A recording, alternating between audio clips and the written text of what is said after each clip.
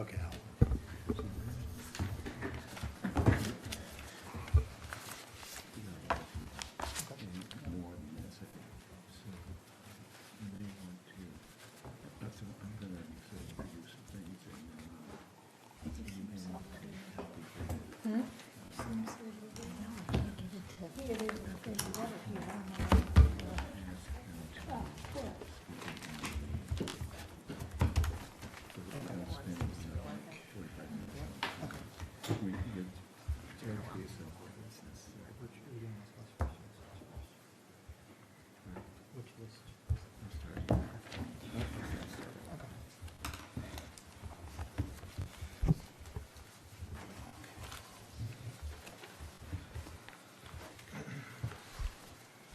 Okay, this is a meeting of the Select Board for July 23rd, 2019.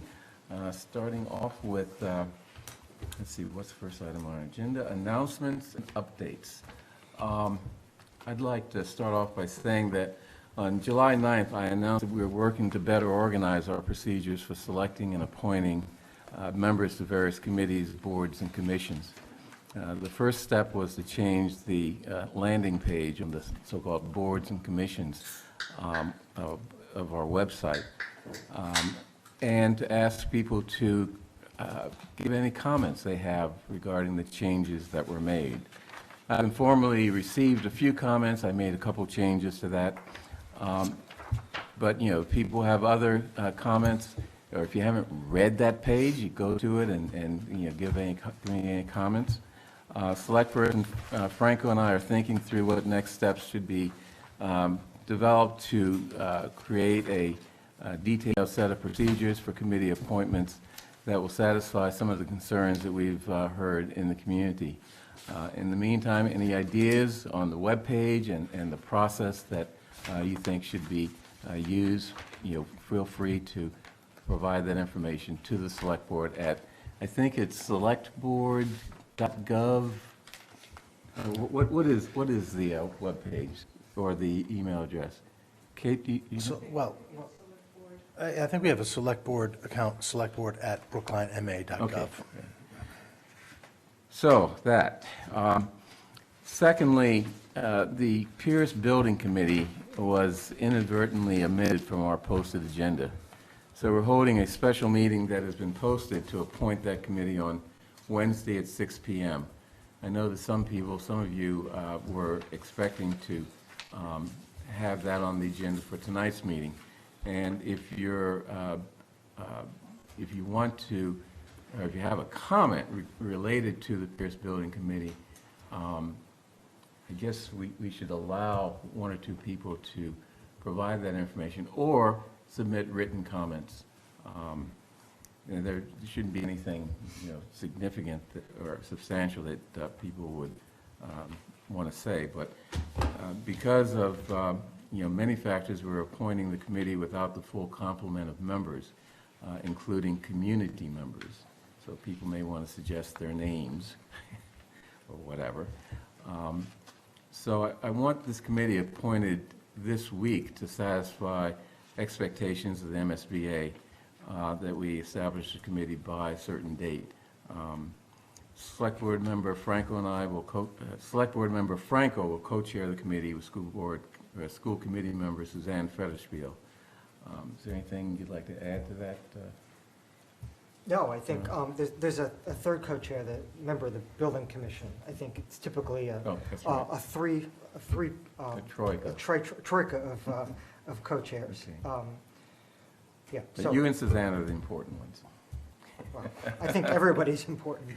Right. So,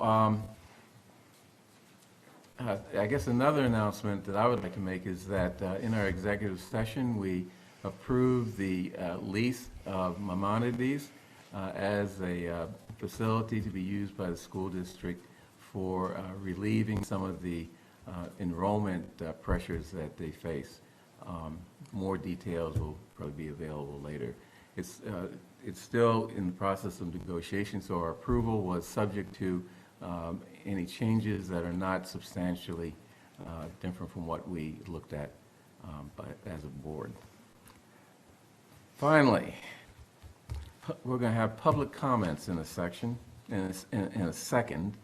And we have 9 people signed up. There may be others who want to speak. Mr. Franco is going to be taking over this meeting shortly because I have to go down to the advisory committee. But if the public comment section runs too long, we may want to ask people to come back at the end with their comments so that we can get through a fairly heavy agenda. I want to just make one point. Our public comments policy is on the Select Board's webpage. Two aspects of that I want to highlight. They're especially important. First, discussion of personnel and personal issues are prohibited. I interpret that to include any discussion of alleged conflicts of interest of Select Board members.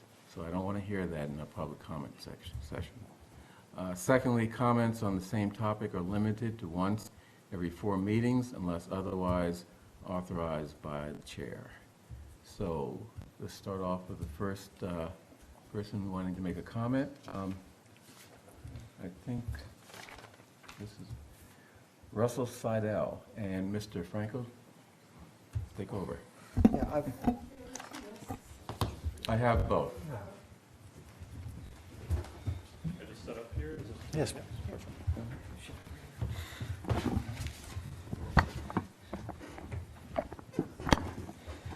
So, fair warning, I'm going to let everybody go for about 2.5 minutes, and then I'll ask people to conclude. We've got 15 minutes as the policy on the agenda, so I'm willing to go over that a little bit, but there's 9 people, and so just be forewarned, that's the direction I'm headed in.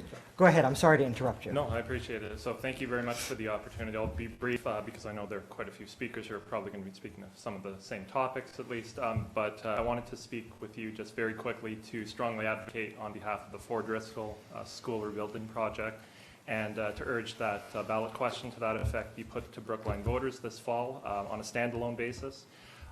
So as a Brookline parent, my name is Russell Seidel, I'm a Brookline resident, I'm a Driscoll parent.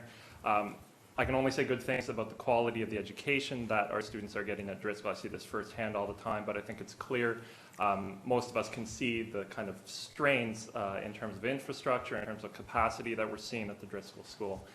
We have issues with the HVAC system there, the cooling, the air conditioning is an issue. The limitations in terms of capacity mean that our students, and my son who's in kindergarten typically has to eat his lunch at 10:30 to be able to cycle through the limitations of cafeteria space there. There are all sorts of these types of issues that we think really augment the need for a rebuilding process, such as the one that the Fort Driscoll is meant to kind of address. And Fort Driscoll is a project that has received a lot of widespread approval in terms of the community. There's been a lot of public consultation around this. There's a fairly well-developed plan along these lines that we think it behooves us to go forward to the voters with, to have their say, again, on a standalone basis on this question. As parents, Brookline parents and Driscoll parents, I think we're all also very motivated to see this through, to help in the implementation plan. So this isn't something where we're just asking and kind of putting it to the side. We're willing to kind of see this through with whatever other support that requires, and we're hoping we have the chance to see that on the ballot this fall. Thank you very much. Thank you. Alex Loscazo is next on the list. And as you're approaching the microphone, I'll say, it's okay to say I agree with the previous speaker and make a different point. So with that, 2.5 minutes are yours. Okay. Hello, my name is Alex Loscalzo, and I live in Precinct 10, and I'm here to speak on behalf of Driscoll Fort. So even with the new developments, Driscoll is still in dire need of our attention. It is the oldest school in the district, and the enrollment has more than doubled, has doubled in the last 15 years.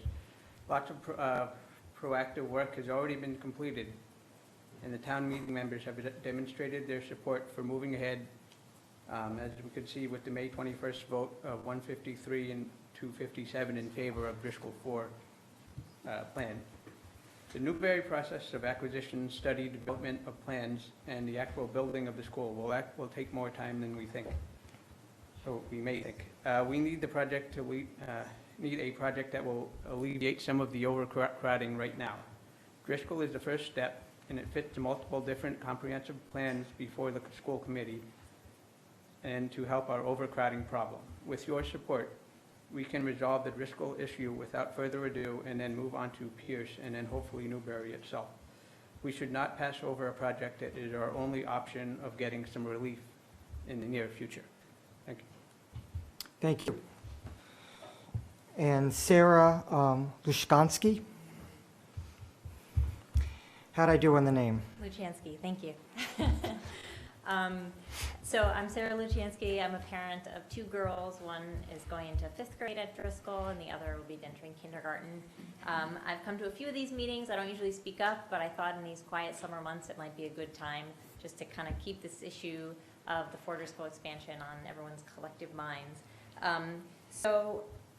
You know, I agree with Russell and Alex. I would just add that, you know, as a parent of Driscoll student now for a number of years, I've been incredibly impressed with the commitment of the educators to my daughter's education and the students around her, and I think that also applies to the governance of the town. I mean, the town has continued to be committed. The Coolidge Corner School as renovation as an example of that. So, you know, in my view, we have to do whatever we can to retain these educators, and a part of that is providing state-of-the-art technology, buildings that are not overcrowded, so that the educators, you know, they really have all the resources at their disposal to, you know, educate our kids. And to me, it's a bit of an issue around, you know, keeping the teachers that we have that are so great.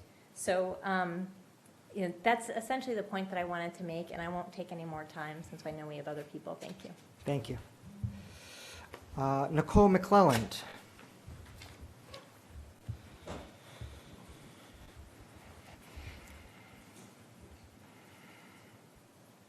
Hi, Nicole McClellan, Town Meeting Member, Precinct 11.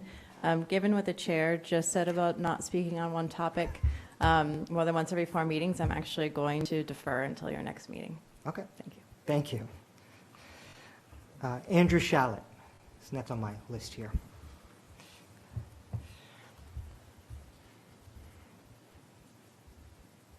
Thank you. I want to start by thanking all of you for your service to the town. I've had a lot of conversations with people recently about how hard it can be, how hard Brookline makes it for our volunteer public servants. So I want to start by thanking you for all the work you guys do. My name's Andrew Shallett. I've lived in Brookline for about 15 years. I'm a Pierce parent. I agree with all the speakers before me about Driscoll. The point that I would make about it is that it's great that we're moving forward on all fronts. I understand we need a complete plan, and Driscoll does not solve all our problems, but Driscoll is in dire need of a renovation, whatever else is done, and the renovation and expansion of Driscoll is a part of every plan that's currently under consideration. I would encourage the select board members to not delay on Driscoll. Every year of delay is another year of our children in a substandard school environment. There's not a reason to delay. There's widespread support for this project, and I'd encourage you to move forward with it this fall. Thank you. Thank you. We're on the second list now, and the first name is Ann Weaver. Hi there. I'm a Driscoll parent also, and sounds good to me, but I'm not here about that.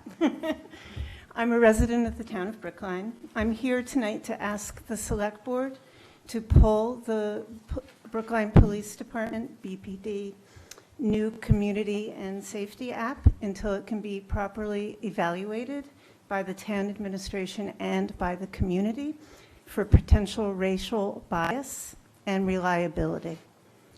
I have two main concerns about the use of this app. My first concern is why were the select board members and the Brookline community not notified about this app prior to its implementation? At a minimum, the community needs to be assured that there is better oversight and communication between the Select Board and the BPD in order to prevent such failure of notice in the future. My second reason for talking tonight are my concerns about the app itself, notably how it might increase racial profiling or surveillance of Black and brown people in this community. Through this app, the police will now be receiving anonymous reports of suspicious persons by community members. Although there is not a large research database at this point looking at electronic community reporting and racial profiling, some data are beginning to emerge. One recent report examined the relationship between community apps and racial profiling, American Bar Association Journal, and determined that racial bias does influence community reports of quote-unquote suspicious people. Another recent academic article analyzed racialized surveillance in a predominantly upscale white liberal community, not here, in Austin, Texas. The authors of that article found that most reports of suspicious persons focused on Black men, who were also more likely to be portrayed as unique threats to neighborhood safety. You're Almost done. You're at 2 minutes and 30 seconds, so please conclude. While it is likely that such apps are the wave of the future, it behooves all of us to make sure they do not lead to increased racial profiling of people of color. In closing, as the mother of a teenage son who's Black, I am deeply concerned and indeed frightened by this rollout of this app, as well as troubled that neither the Select Board nor the community were notified prior to its use. Please pull this app immediately, tonight, so that it can first be discussed and evaluated by the town administration and the community. Thank you. Thanks. May I ask, would you be willing to share and that those articles you mentioned, particularly the ABA Journal article with the board? Yeah, All right. citations You good? And maybe we can make copies? I mean, Yep. unfortunately, it's not in APA format. Okay, thank you. I'll get it to you. Dr. Cohen, you're up. Before I approach the podium and the clocksmith, I just want to say, I wrote this 7 times and practiced reading it 11 times to make sure that it came out at 2 minutes and 50 seconds. So I've never been told to put under 3 minutes before, and I'm begging for an additional 10 seconds. Thank you. All right. I have questions about the anonymous reporting app the BPD just put into effect. I would like to know how the information is stored, how the information will be retrieved. Will the information be archived? Who has access to the information? Is it a dispatcher or sworn officer? What are the criteria for acting on an anonymous tip? Who will respond and in what time frame? How long will the app be piloted? How will the pilot period be assessed? Clearly, the app requires a policy. I stood before you fairly recently because despite town meeting passing resolutions declaring our town a sanctuary town, and despite public officials saying that we were in fact a sanctuary town, residents discovered that the Brookline police had put into effect a secret special order of cooperation with ICE. As a result of us bringing that to your attention, you created the policy governing the promulgation of special orders and general orders of the Brookline Police Department, voted April 25th, 2017.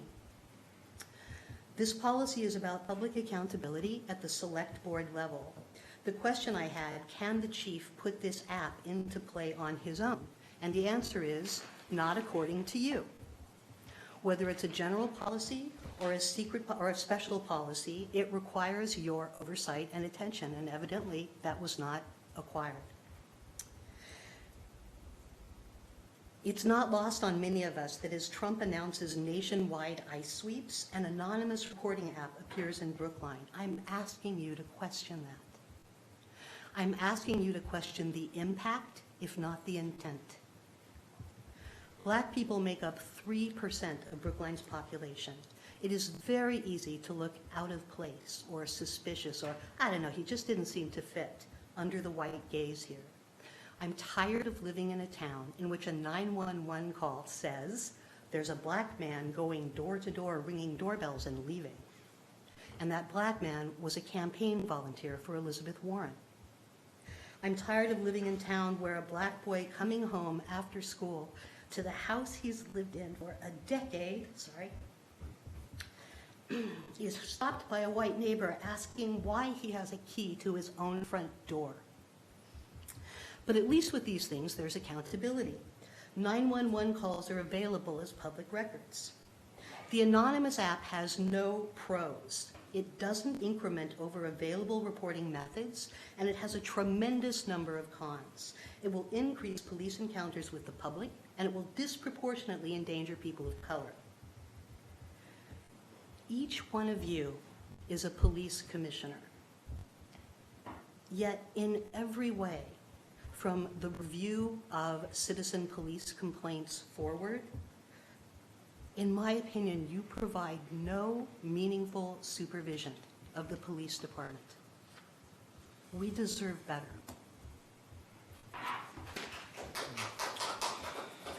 And Mariella Ames is next on this list here.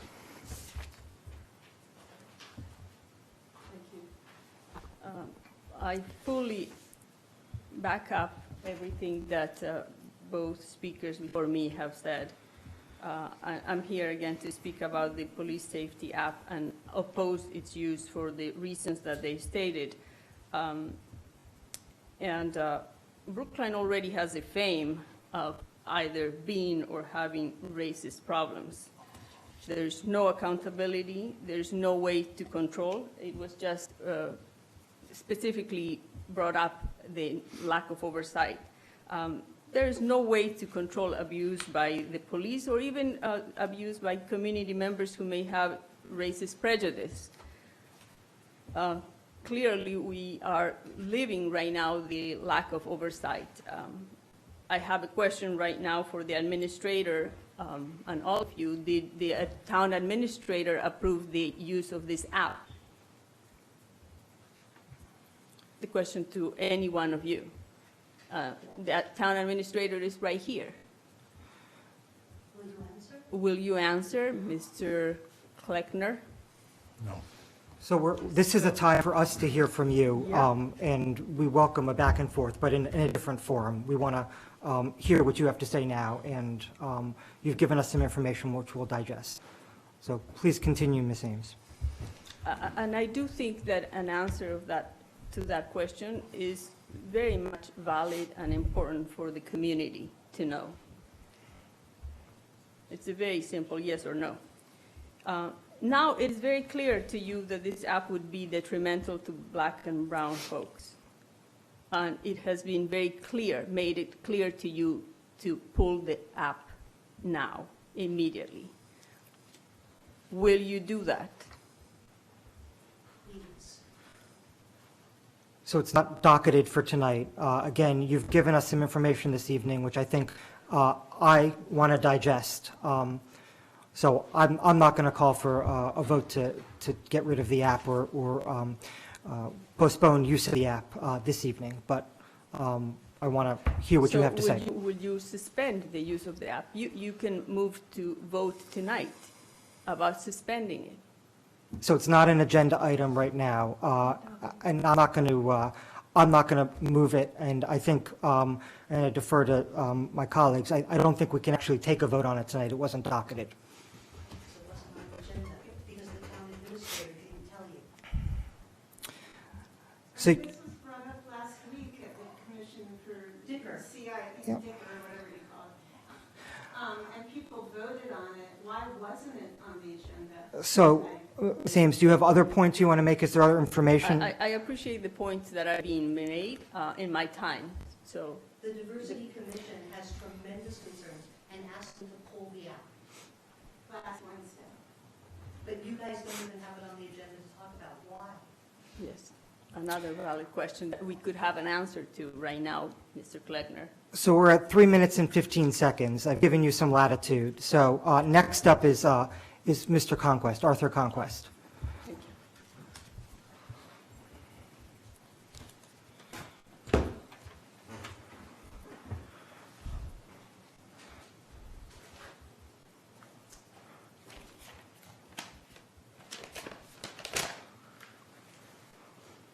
Good evening, everybody. Just have to get my glasses.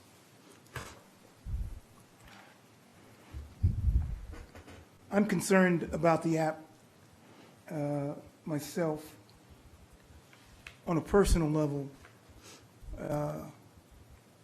Excuse me. Only black person to speak. But to speak, and I just want to read. On my morning run walk Sunday the 23rd of June 2019, at approximately 9:30, I was 3 hours behind schedule. I normally go out at 6. I walked up the front stairs of a friend's 3-story condo building on Greeno Street to check the spelling of his last name. I had been spelling the person's name with an E, and his email address wasn't coming up on my automatic identification list in my computer. I had on my black, lightweight running pants, a white short-sleeve collared shirt, bright yellow running shoes, a black hoodless running jacket tied around my waist, and a black hat with a front bill. I looked at the names on the mailbox, walked back down the stairs, turned right, and took 4 steps towards Greeno Street and Brookline High School. A middle-aged white woman, light blonde, reddish hair, with a dog on a leash, comes walking down the driveway that's alongside the house that leads to a car garage. The woman says to me, quote, "What were you doing back there?" as she looked towards the driveway leading to the back of the house. Quote, this is private, unquote, I think she then said. I responded, I wasn't anywhere near back there. I walked up the front steps to the building, pointing to the front stairs of the building on Greeno Street in the process, and was checking the mailboxes for a person's name, and I gave her the person's name. She said something like, "Oh," and proceeded to walk towards the front entrance steps.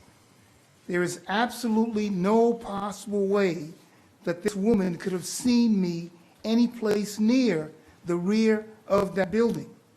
She just concocted a story out of the blue from seeing me, black man, walking near the building, not inside the building, mind you, just at the front entrance.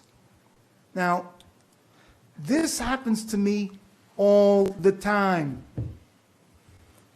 I could give you countless numbers of examples. I've had people walk up to me, look at me, and run away.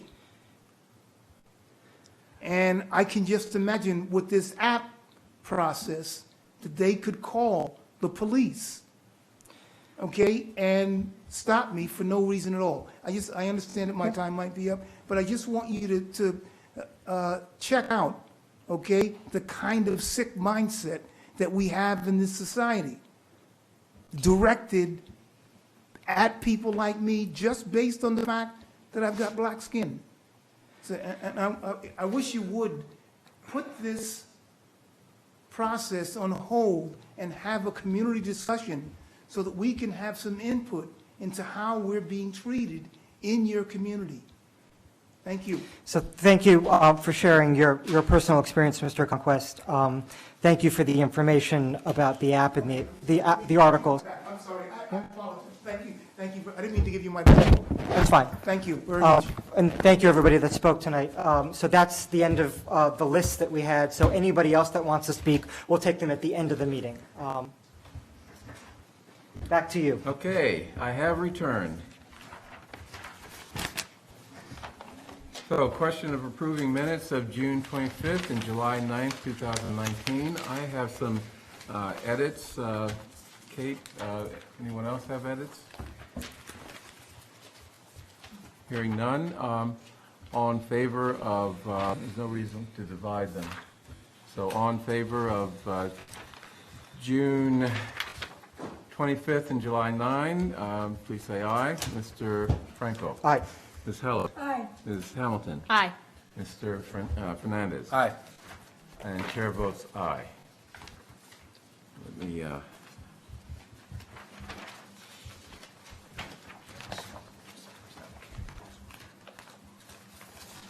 next, question of approving amendment number 1 related to contract PW 18-20, investigation sewer system rehabilitation design with Beta Group, Inc., in the amount of $106,697. Mr. Ditto. Good evening. With this amendment, we are looking to secure the services of a professional engineer to assist the town in implementation of a sewer system contract. The scope of work that we're using, select a candidate is the first was project administration, shop drawing reviews, monthly estimate payments, construction meetings, reviewing as-built drawings, and finally the project closeout. The design engineer for this project was the Beta Group, and we'll be looking to ask that they submit an application for a consultant. One question I have is, this is an amendment to a contract, so why do they now have to sign our bylaw with respect to non-discrimination, tax compliance, and certificate of non-inclusion? Didn't they have to sign it with the original contract? They did. I asked that same question myself, and They just wanted They to just do it wanted again? do it again. Any other questions? Hearing none, I move approval of contract PW 18-20 in the amount of $106,697. Mr. Franco? Aye. Ms. Heller? Aye. Ms. Hamilton? Aye. Mr. Fernandez? Aye. Chair votes aye. Question of approving extra work order number 1 related to contract PW 34 with Harding Construction Company in the amount of $51,982.73. Mr. Ditto again. So this has to do with the reconstruction of Pearl Street. At the very beginning, we're putting our drainage in place, and we're running into significant obstacles. We were at 3 locations where we had to relocate, actually all 3 of them, and fourth one, we had to adjust the height. These were unforeseen conditions that warrants a change. We also had to increase the curbstone that was removed and reset, as well as a light pole base was, when we dug it, it was a conflict at that also. So this was a very busy site before it was made a road, and we seem to be hitting all of them. This contract is worth about $1.2 million, and this $51,000 change order represents about 4% of the contract. We're approximately at 40% construction, and I anticipate that this project should be substantially complete by the end of September. Any questions? Ms. Heller?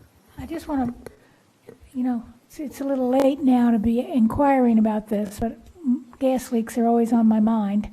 And I'm wondering whether you know of any in this area, and whether National Grid was asked to do the investigation that they're supposed to do? Because this does involve a substantial amount of work in tearing up the street, correct? Right.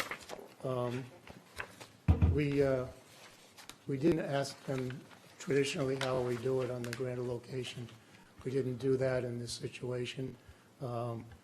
National Grid has been down there several times, so I'm assuming they have it under control. as far as leaks. Well, I would appreciate knowing, every time when we're tearing up the street, that National Grid is out there looking to see whether there are leaks. We know that there's leaks all over town. And the time to fix them, the optimum time to fix them is when we're already digging up the street for something. Yeah, we're not at the point where we're digging the street. We're still putting drainage work in and completing the sidewalks. And then after that's in place, we'll be looking to dig the street. So that you can ensure that there are no gas leaks? Yes. And if there are, that they will be fixed? Yes. Okay. Any other questions? My only comment is, I don't know where these unforeseen conditions were on Pearl Street, but there's clearly going to be a major effort that's just started around Gateway East and the Boylston Street, or actually Harvard Street side of that, of Pearl Street. So anything we can learn from this experience and transfer to the Gateway East experience, I think would be to the good. Predictability and remaining on schedule is always optimal, rather than having to come back at the back end and go through this process of having a change order gone through, an extra worker. So, a self-evident point, but. But it needs repeating. Any other questions? Move approval of change order number, extra work order number 1 related to contract PW 18-34 in the amount of $51,982.73. Mr. Franco? Aye. Ms. Heller? Aye. Ms. Hamilton? Aye. Ms. Fernandez? Aye. And chair votes aye. Thank Okay. you. You still up here, Mr. Ditto? I don't think so. Oh, okay. We have a change order. Pardon me? Mr. We're Mason? we're not Oh, taking up okay. 5D tonight. We're not. Yeah, no, I know. Oh, we're not. So question of approving change order number 4 related to Brookline High School expansion project, early bid package with Skanska USA in the amount of $19,589,187. Mr. Masek. Yes, Mr. Chairman. Again, this is what's called a pre-GMP amendment, pre-guaranteed maximum price amendment. These are early bid packages to allow the project to be on schedule. Typically, these are high lead items such as the curtain wall, structural steel, and doing site work. We're also doing below-grade waterproofing. So there's 4 elements to this pre-GMP.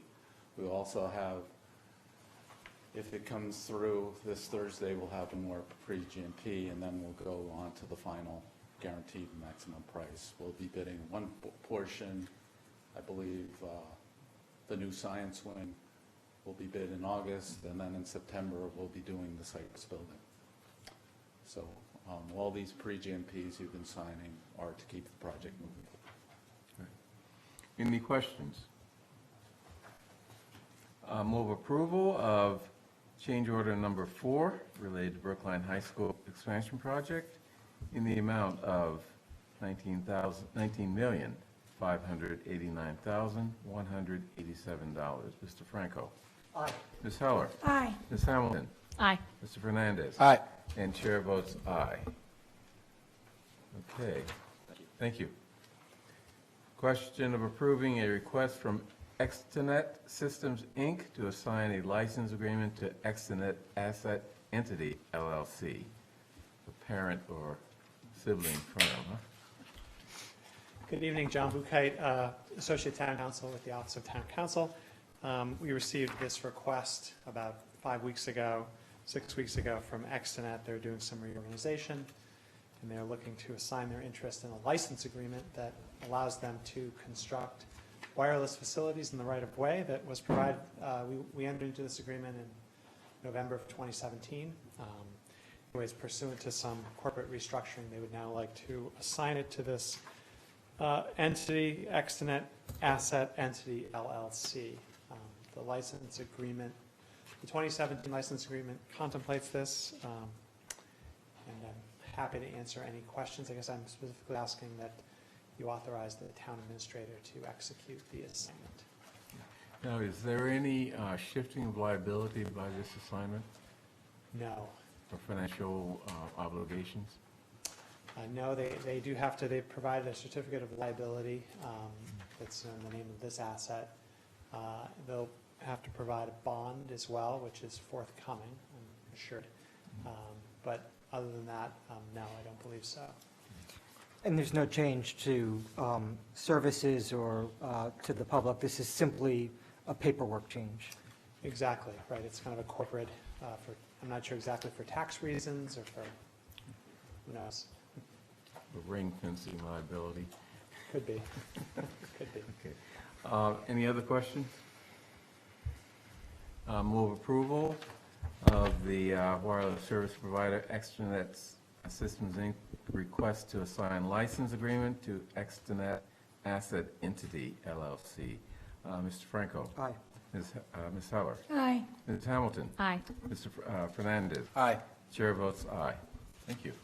Thank you very much. Okay, question of approving a permit for the Susan G. Komen New England 3-day walk, September 6, 2019 through September 8, 2019. Is there anyone here for that? So we just have to approve. Any questions or concerns?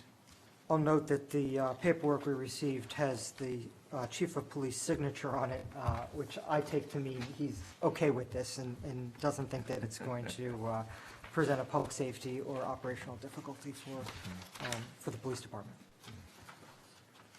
I don't believe this closes any roads.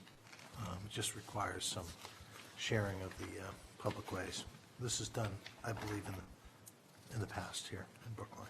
So people are walking on the sidewalks? Yes, or on the side of the street with some protection. It says in the cover note from the Coleman Walk that walkers are going to be on the sidewalks, the shoulders, and perhaps in the bike lanes. And the affected areas will be Beacon Street, walking westbound on Saturday, September 7th, and then east past BU between 11:30 and 5, again on Saturday, September 7th. Okay. Move approval of the Susan G. Komen 3-day walk agreement or special permit request. Mr. Franco. Aye. Ms. Heller. Aye. Ms. Hamilton. Aye. Mr. Fernandez. Aye. Chair votes aye.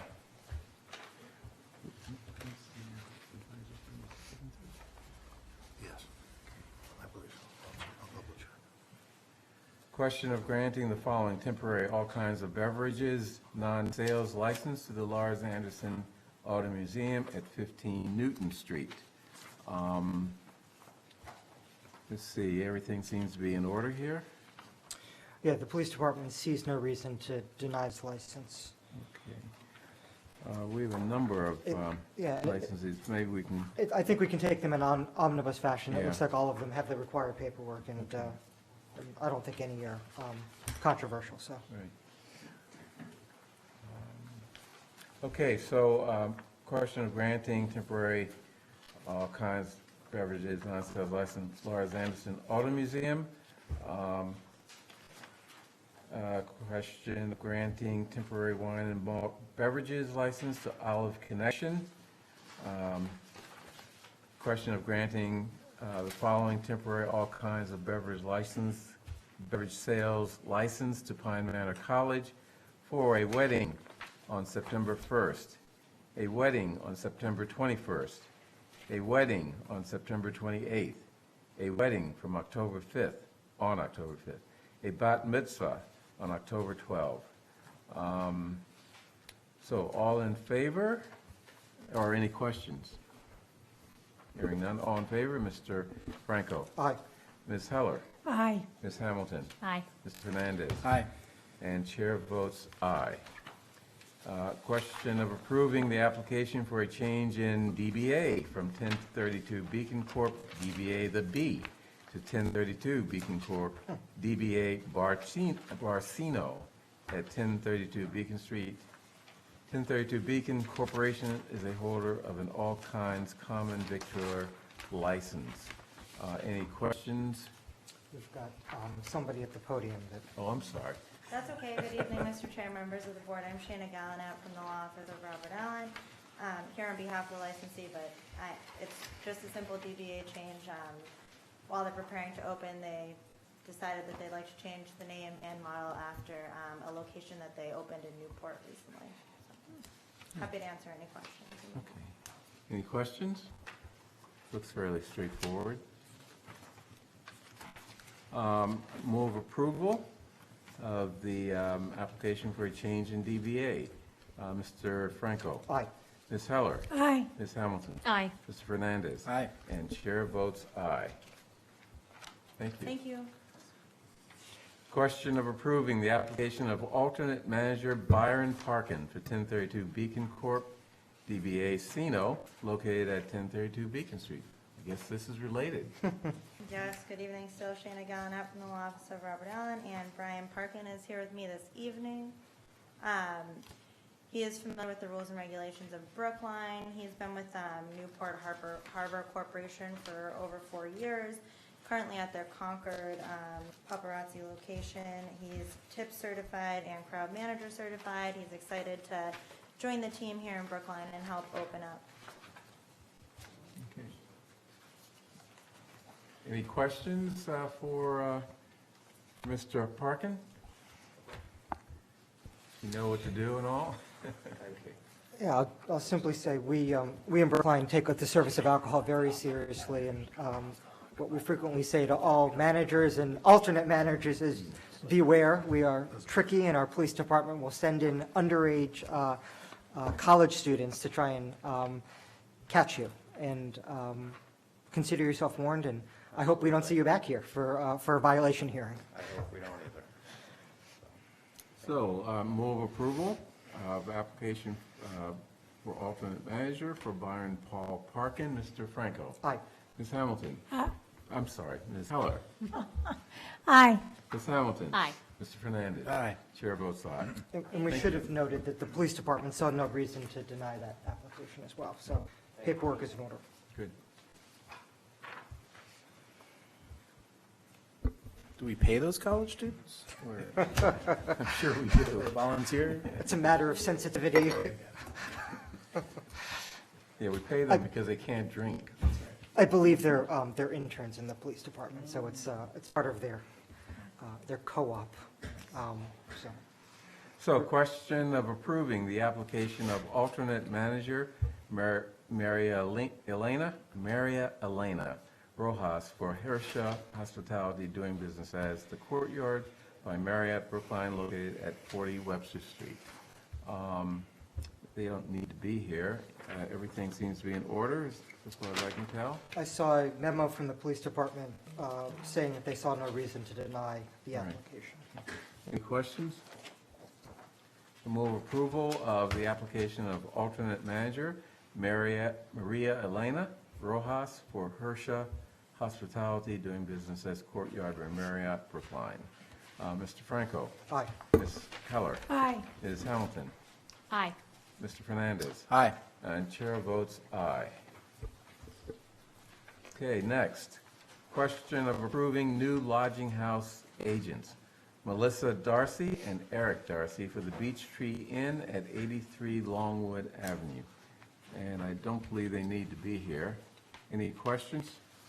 I'll just note that I haven't seen a report from the health department. I may have missed it in the flurry of paperwork, so No, if you want to make your approval contingent on receiving that. I would move it, appropriate. yeah, be conditional upon approval from the health department. Okay, move approval contingent on approval from the health department of the new lodging house agents, Melissa Darcy and Eric Darcy for the Beech Tree Inn at 83 Longwood Avenue. And we should just note that the police department has signed off on this as well, so. Okay. All in favor, Mr. Franco? Aye. Ms. Excuse me, Ms. Heller? Aye. Ms. Hamilton? Aye. Mr. Fernandez? Aye. And chair votes aye. Those H's have you mixed up tonight. Yeah. Like the bald head that Neil Our mixed hair is up. so similar. You're just going in alphabetical order. Okay. So we have an applicant for the Zoning Board of Appeals, Mr. Paul Bell.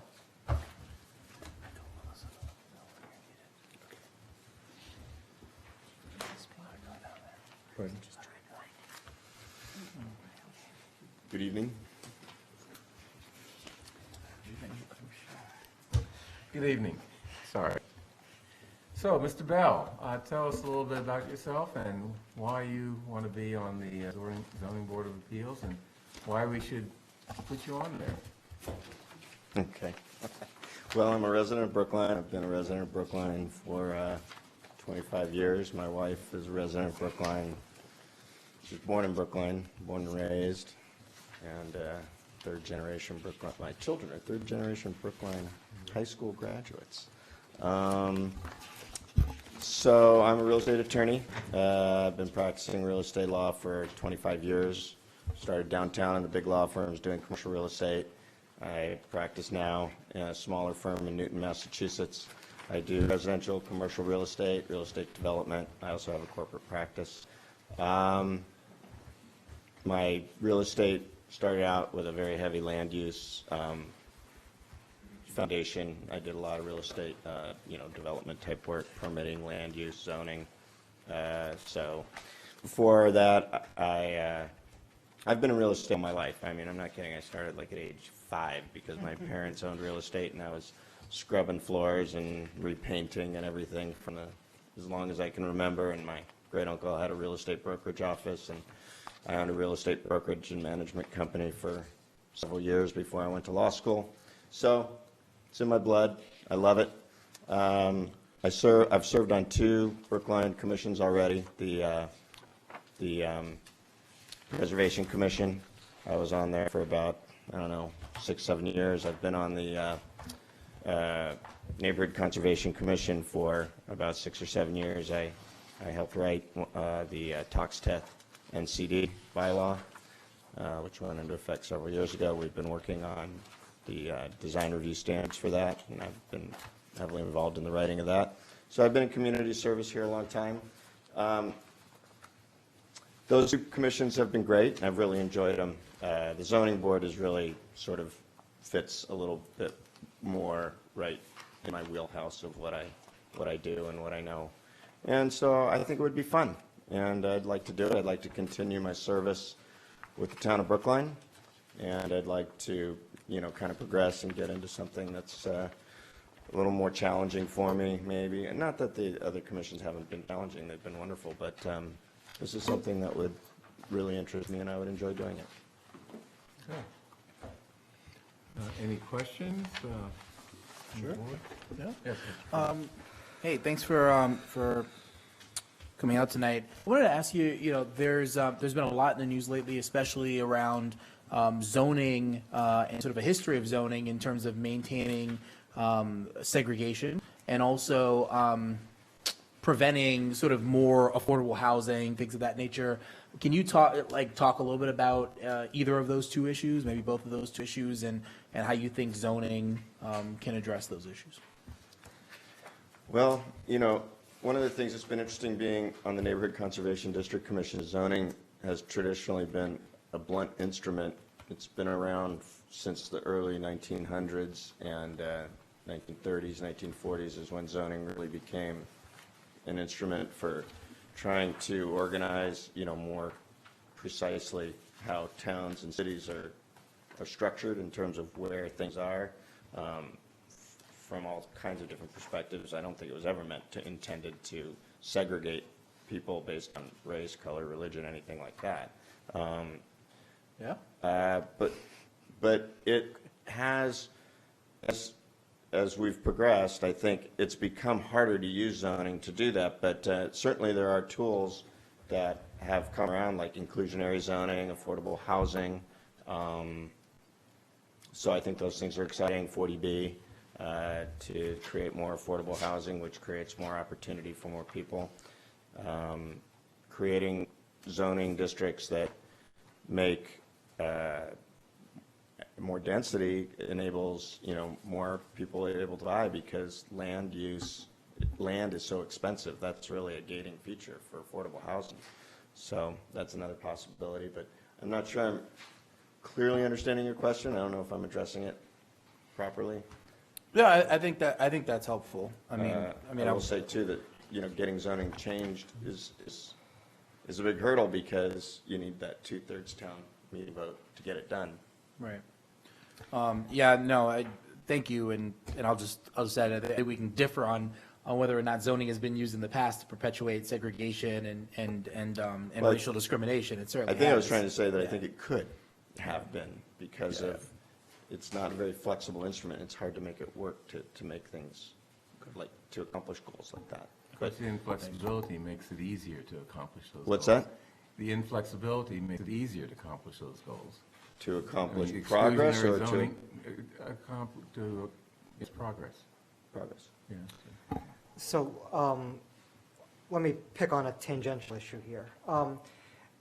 Matters that go before the Zoning Board of Appeals are, by definition, things that aren't the norm. There's not necessarily a problem with them, but they don't comply with zoning, the land use rules, or when passing those land use rules, we as a community decided that there was some additional level of oversight that was required in the form of a special permit. You have been on 2 town bodies that find themselves in this position of mediating between sometimes multiple parties, trying to find the middle ground that is the right thing to do and perhaps makes everybody equally upset with the outcome. I'm wondering if you can articulate a little bit your strategy for playing referee in those neighborhood conversations or in mediating between different visions of what should happen or what's appropriate to happen. Well, you're right. On both commissions that I've served on, we've had to address those issues and manage those issues. I think that if you talk to the commission members on both of those commissions, they will say that I've been very helpful in helping, to mitigate those problems and to make sure that everybody gets heard and to have a fair solution. I think the first thing is having a very good understanding of what the law really says. And so understanding what the law says and taking a good, reasoned legal approach to it and having a good underlying foundation of how to approach these issues from a legal foundation is really important. And I found that that's been valuable and some value that I've been able to bring to both commissions I've served on. Allowing people to be heard is important, giving people a voice. Trying to, there can be a lot of emotion that comes up, and managing the emotion, listening to it, but also recognizing it and trying to keep your eye on the ball is really important as well. And trying to be fair, I would say. Any other questions, Ms. Hamilton? Kind of related to the 2 previous questions, I've had the benefit of sitting through a 40B ZBA hearing. And one of the frustrating things that a lot of people will say is that we don't have a lot of control in the situation. So I just wanted to hear from you, what kinds of questions would you be asking, knowing that we don't have a lot of leverage with a 40B application? Because I think that we can push back a little bit more than sometimes we do.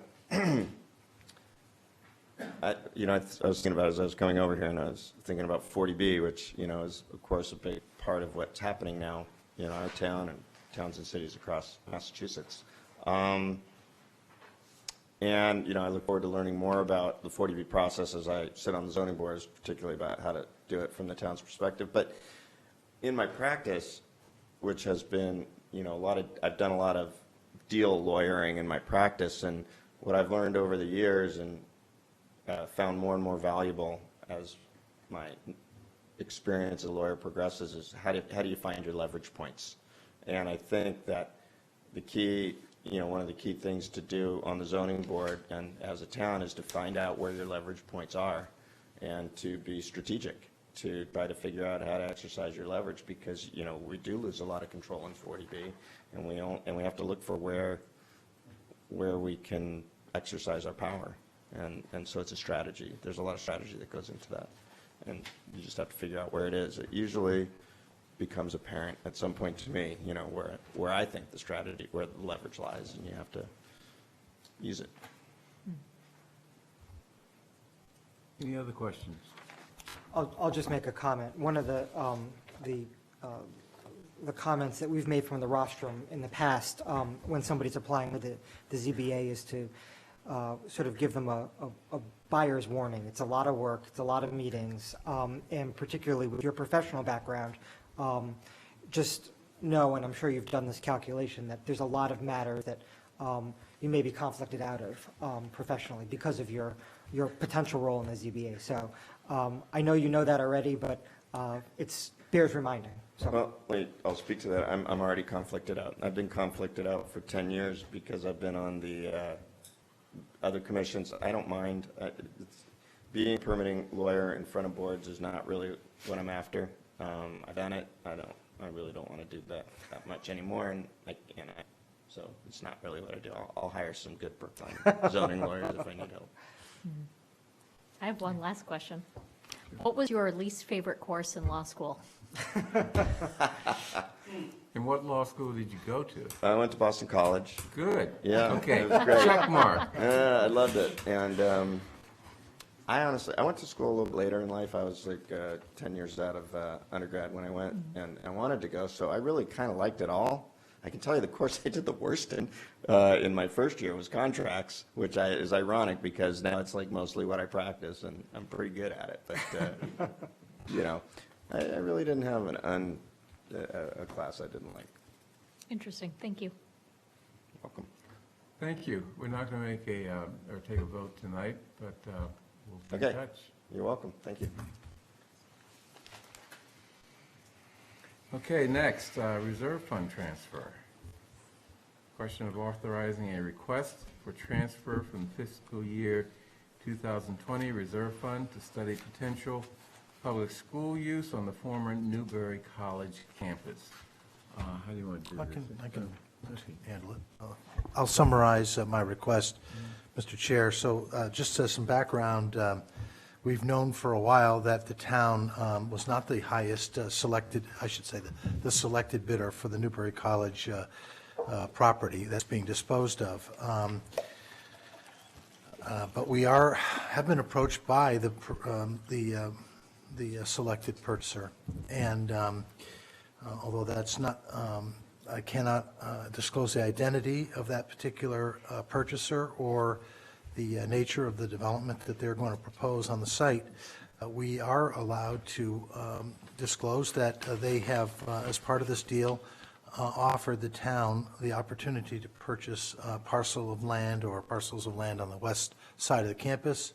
That's the side where the town's park is on Fisher Avenue. And so in order to fully understand the issues associated with that land, and also to put us in a good position of bargaining with the proposed developer, we would like to study and do some more due diligence on that west side. We have done some, but this is even more, and that would be required for us to fully engage with that developer. So we have identified $50,000, which we believe would be a sufficient amount of money to really evaluate a public school use on that side of the campus, and we would like your permission to seek a reserve fund transfer from the reserve fund, which the advisory committee has actually on their calendar this evening. So this is, I may add, this is something that the town is very enthusiastic about, maybe a little too enthusiastic sometimes. But it's a process, and this is the first step in the process. And that first step enables us to just be clear that the part of the property that we are looking to acquire can hold a school that we're looking at building, 3-section school, either K-8 or some other educational facility, and that we can identify early on some of the issues that building schools there will present, such as general sense of traffic issues, parking, et cetera. So, this is an important first step. I mean, it's a very small amount of money, relatively, but it's an incredibly important first step in a process that's going to last for a while. I may add that the money we're talking about well, we were given $150,000 from the reserve fund some time ago, I forgot exactly when, to fund the Newbury Acquisition Committee, the work of that committee, hiring experts, et cetera. About $32,000 of that money is left over. It was returned to the reserve fund. So in a certain sense, we were just asking for an additional $20,000 or $18,000, from that pot of money that we already have. So any other questions, comments, concerns, statements? No. Hearing none, I move approval of the reserve fund transfer in the amount of $50,000 from the fiscal year 2020 reserve fund to study potential public school use on part of the former Newbury College campus. All in favor, Mr. Franco? Aye. Ms. Heller? Aye. Ms. Hamilton? Aye. Mr. Fernandez? Aye. Chair votes aye. Okay. No, I thought we'd have more discussion than that. Question of approving the filling of vacancies for the following position within the purchasing department, buyer and senior office assistant. Any, are you going to handle that? No, I wasn't planning on it, so I don't see the department or division head here yet. Maybe we We'll could take just that up hold that later? off, Okay. yeah. Brookline Fiscal Advisory Committee update. Question of hearing a progress report by the Brookline Fiscal Advisory Committee. Mr. Kirshner. Good evening. Good evening.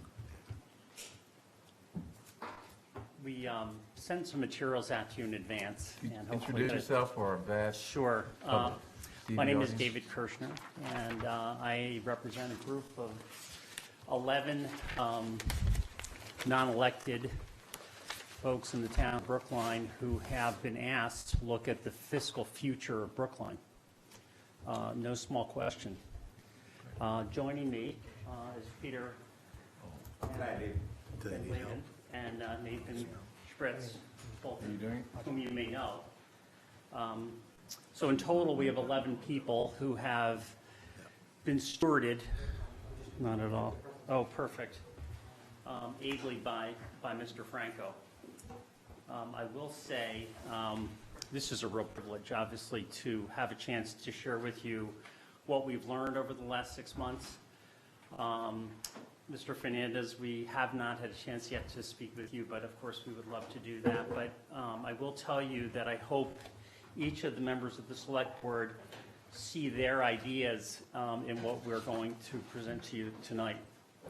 You each were very gracious to spend time with us, and this is one of those committees where you get to see the who's who of who lives in the town. And one thing I can honestly say for sure is that as we go through this, I think you'll see we're all pretty well united on wanting to keep Brookline every bit as strong as it is today over the next decade. And like all good work, it takes some discipline and some alignment to do that. So we thought we'd just start out by sharing why we're here. At this stage, we're about midway through the journey. We wanted to ask you to make sure that we were addressing the charge you gave us back at the end of 2018.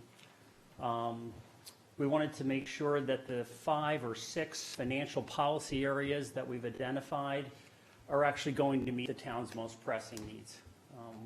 We hope so. We wanted to make sure, though, that there's nothing we've missed. We also have a roadmap of next steps in the presentation that we wanted to make sure are realistic and informed with all of the challenges that the town has before it. I wanted to just reinforce the fact that we very much took your charge literally.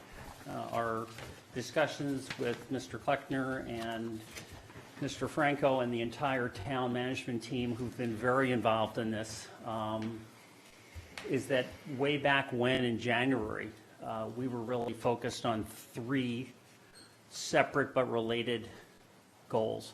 The first was to actually look at the financial projections for the town, which at this point have been done through 2024.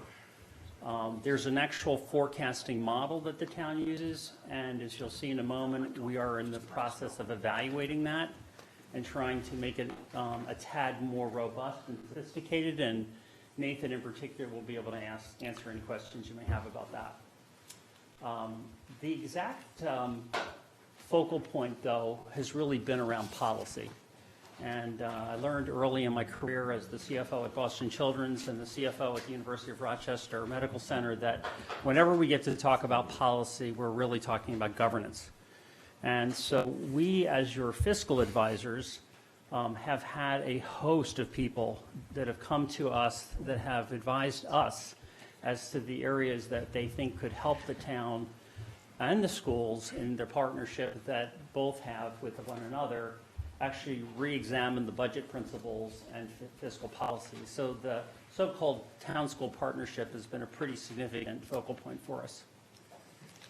Last but certainly not least, we were asked to suggest specific actions that would actually help address the misalignment between projected revenues and expenses. And you'll see in a minute that just standing here, there's more expense growth than there is revenue growth, and that's going to take some creativity to resolve.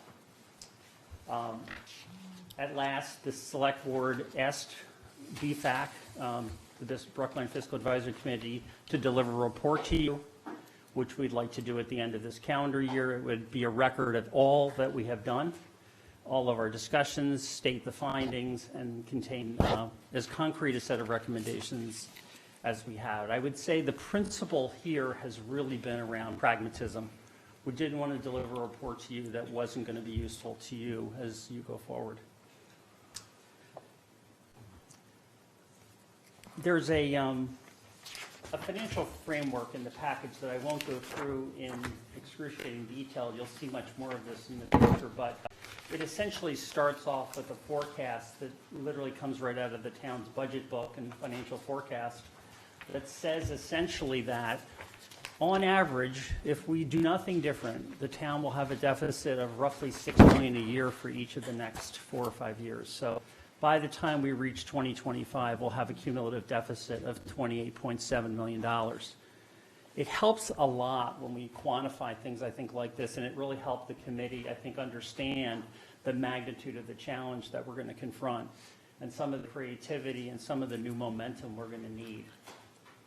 As if that weren't tough enough, we put on the table the idea, and this actually is an idea I think that you just alluded to with the Newbury vote you just took, is that we think there needs to be more cash flow available for you to plan the strategic future of Brookline.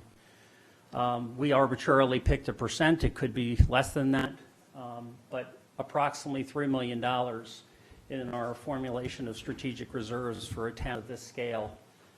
It's about 1% of our annual budget at $300 million. So we're proposing that that also be on the table for discussion. And that's a little bit of an early view of what we might want to do in order to generate enough principles and guidance around this topic to give you some flexibility in the future that we may not have today. So if you subtotal those, you'll see that we ultimately add up to about a $32 million challenge. The goal here is to create the construct such that all ideas that we all might have to increase receipts and reduce disbursements would be set into motion, even if they take years to realize. Our view is that the improvement plan, what we'll hear, that's a new term, I think, of art, the financial improvement plan that you'll hear us talk about has to be ultimately predefined for 20, 21, 22, and beyond in order for us to realize this kind of improvement. But at the end of the day, the goal is to actually have a zero deficit for each and every year in the financial forecast. So let me just stop there and make sure that's clear. Great. So a little bit of process, where we've been. Initially, we subdivided the members of the team. 4 members of the 11 went to work off the current multi-year financial forecasting model. A lot of tremendously good work has been done with Melissa, with Justin. We've literally looked at, I think, just about every element of this, both past work as well as prospective work, and we have a really terrific group working on that. They will ultimately turn the model over to the town. So the whole idea is that we're helping to define what we think needs to be measured, and there's a lot of data here that relates to the schools as well as the town side. The second group, the remainder of us organized ourselves to review every possible policy that had previously been drafted for the town. We've reviewed all of those, and essentially what we have concluded is there are 6 areas in particular that we would like to recommend to you that you charge us now with evaluating.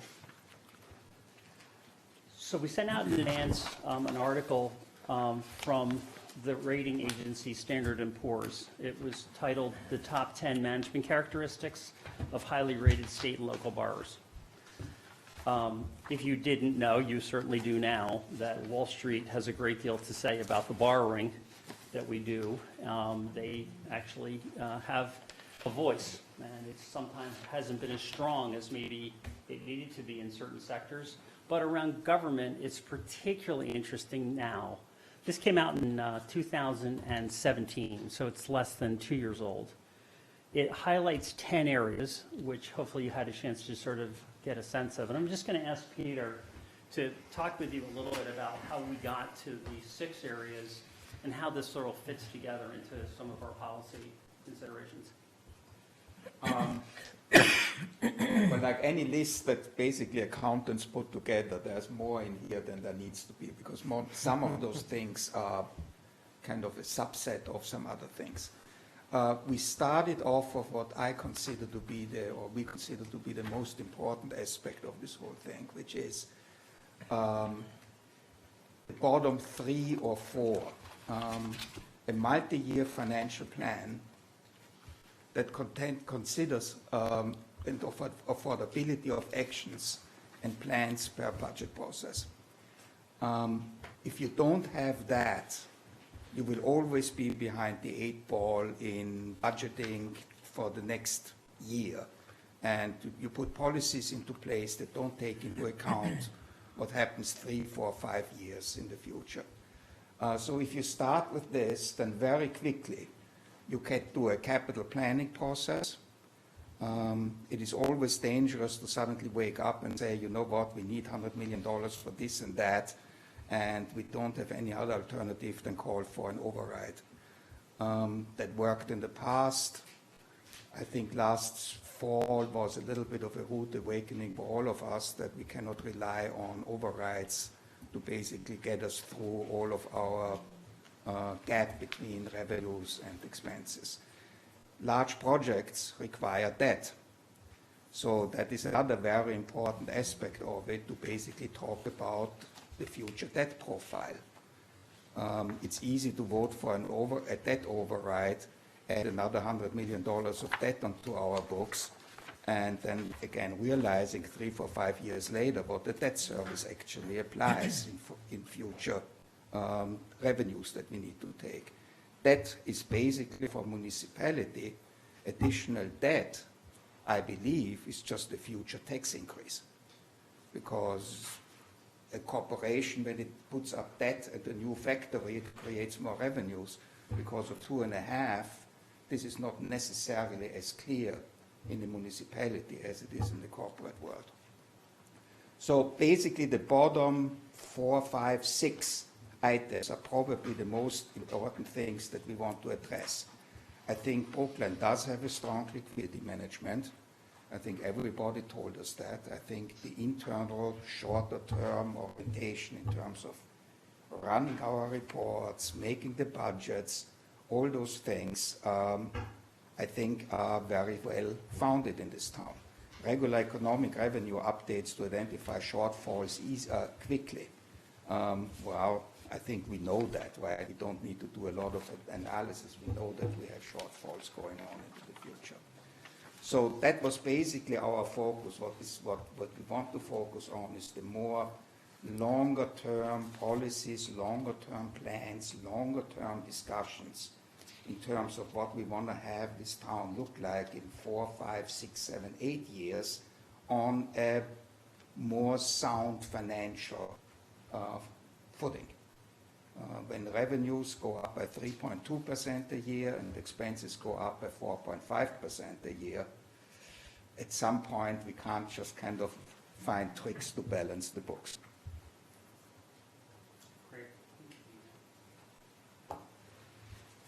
This material came from Mr. Peter Frazier, who works as the financial advisor to the town for each and every one of our bond issues. I think when we talked about this with him initially, it was pretty clear that we were in relative rarefied air.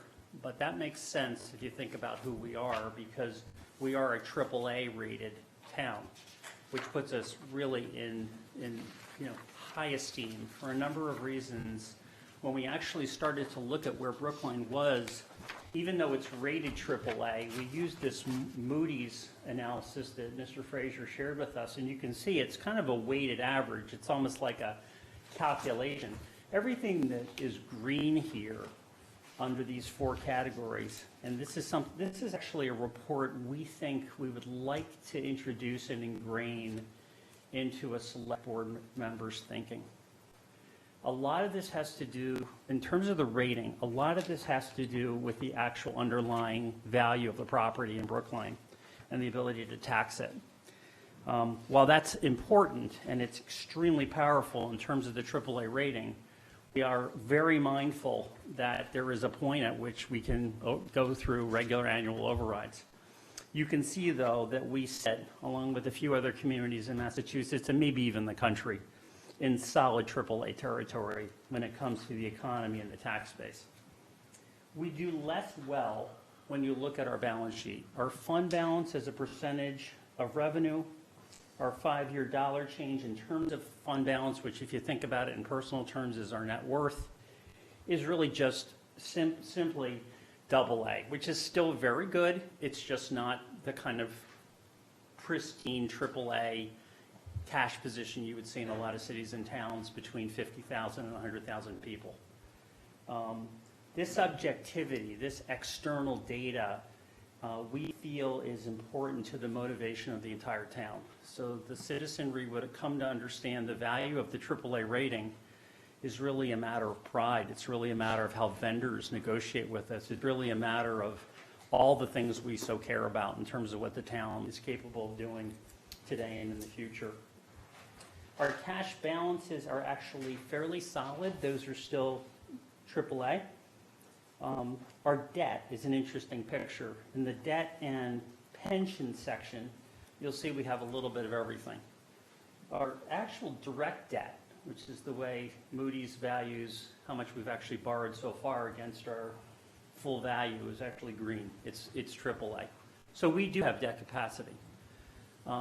One of the elements of communicating something like this is that you always want to know prospectively, and you'll see in our forecasting how Brookline looks ultimately 5 years from now on this placemat.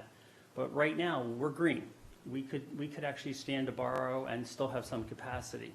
Our problems really come up in relationship to the level of pension and OPEB. I don't think that's a surprise to any of you, but relatively speaking, and we've really had some terrific, Nathan and I recently had a call with the Boston College Retirement Center, Research Center about this. We're certainly not alone here. It's just that our particular position is more single A than it is, or double A than it is AAA. Lastly, when you look at our pension as a percentage of operating revenues, we're actually pretty close to single A. So we don't have really much room there. We're a little bit sailing toward the rocks on that level. So those are things we just want you to know. We want to understand what policy changes there may need to be in order to move us away from an A, more toward a AAA. The rating will always be a composite of all of these. It will never be one of them. But as you can see, Moody's basically gives the economy and tax base 30% weight, our internal finances 30% weight, debt and pension 20%, and management 20%. So when we looked at it quantitatively, we said, okay, now that we know that, we know what Peter described as S&P's view, we took the two things and we said, let's put together 6 areas that we can define as really important for the future of the town and that we can give you some advice about. A number of us are finance people. We've been in positions of financial leadership, so There's nothing particularly unique here, I would say, but bringing it to government from a structure where we aren't necessarily used to talking about all this quite this way is a little bit new. Pretty much everyone we've talked to in thought leadership around the town is well aware there's a lot of education that we're going to need to do, and that's fine. It just means that no one's expected to get this right out of the gate. What you'll see here is a policy definition, a rationale, and the rationale was put into words that anyone in town meeting could hopefully understand. It was done to describe what happens, what's the problem if we don't change what we're doing today. The links to the S&P Top 10, apropos Peter's description, are all telling you places where you're going to hit a lot of hot button good issues with the rating agencies in the future. They're all saying today we're actually in pretty good shape. Brookline should be very proud of what it is. Our view is that for the future, it's going to be a much tougher world. If we want to do all the things that we do want to do for everyone in the town, we just have to get even that much stronger. So these 6 areas, and I'll just sort of label them for you, are focal points for your feedback. The first is to maintain the AAA rating.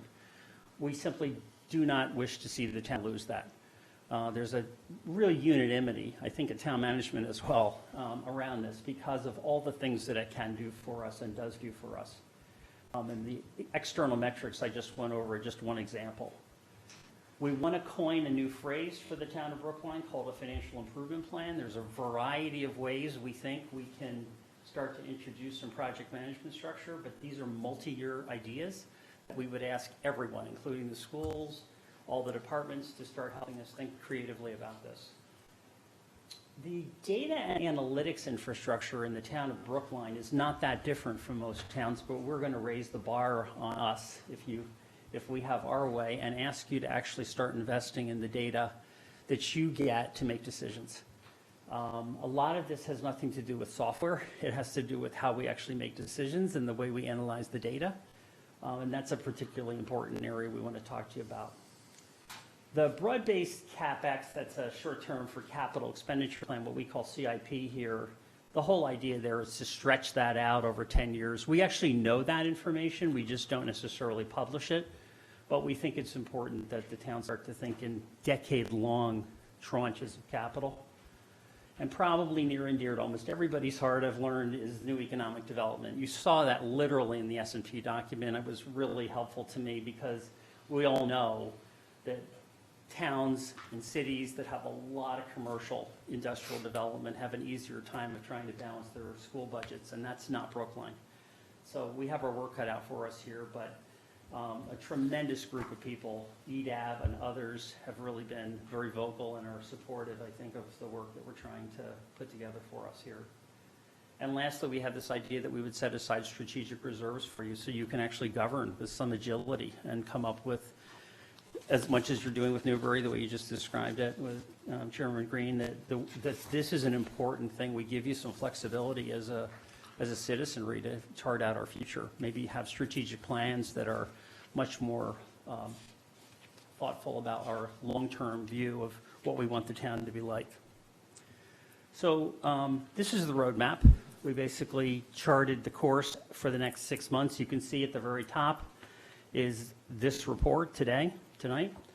Our next meeting would be with actually the Finance Committee of the schools. We've been invited by Susan Ditkoff to come before the group on August the 5th and actually review this PowerPoint presentation with them and start the conversation about this. She and I have been talking for about a month about the nature of the collective bargaining, all of the different things, the educational things that need to go on for all of us to understand where Brookline is today and to understand what we might need to do together. And then you'll see we go through a sequence of policy discussions, and you're most welcome, of course, to join us for any and all of these. We thought it was logical to start looking first at this whole financial improvement plan concept and the data and analytics together. Our CIO of the town and Melissa, our CFO, are very involved in trying to figure out what data sources we may need that we don't have, and information we might want to collect on policy issues as they come before you. The next set of discussions, the CapEx plan, and the new economic development plan and strategic reserves are all going to happen through September. It'll take us probably 3 or 4 meetings at least, and I suspect what we'll come back with will be all vetted, of course, with Mel and the team, but we'll take some significant conversations with you about what's realistic, what can we do politically. We'll then get into the actual presentation of the financial model. We'll bring all that back together again sometime around Halloween and bring you a report probably in the midst of your budget deliberation season, so we'll expect that you'll need some time with this, but our goal is to get you something before Thanksgiving so that you can really chew on this and give us some feedback. And then we absolutely would perceive that we would, bring you back, some fine-tuned reporting and analysis based on any feedback you've given us by early December, and then would come through the process of your giving us your final review and approval by January of 2020.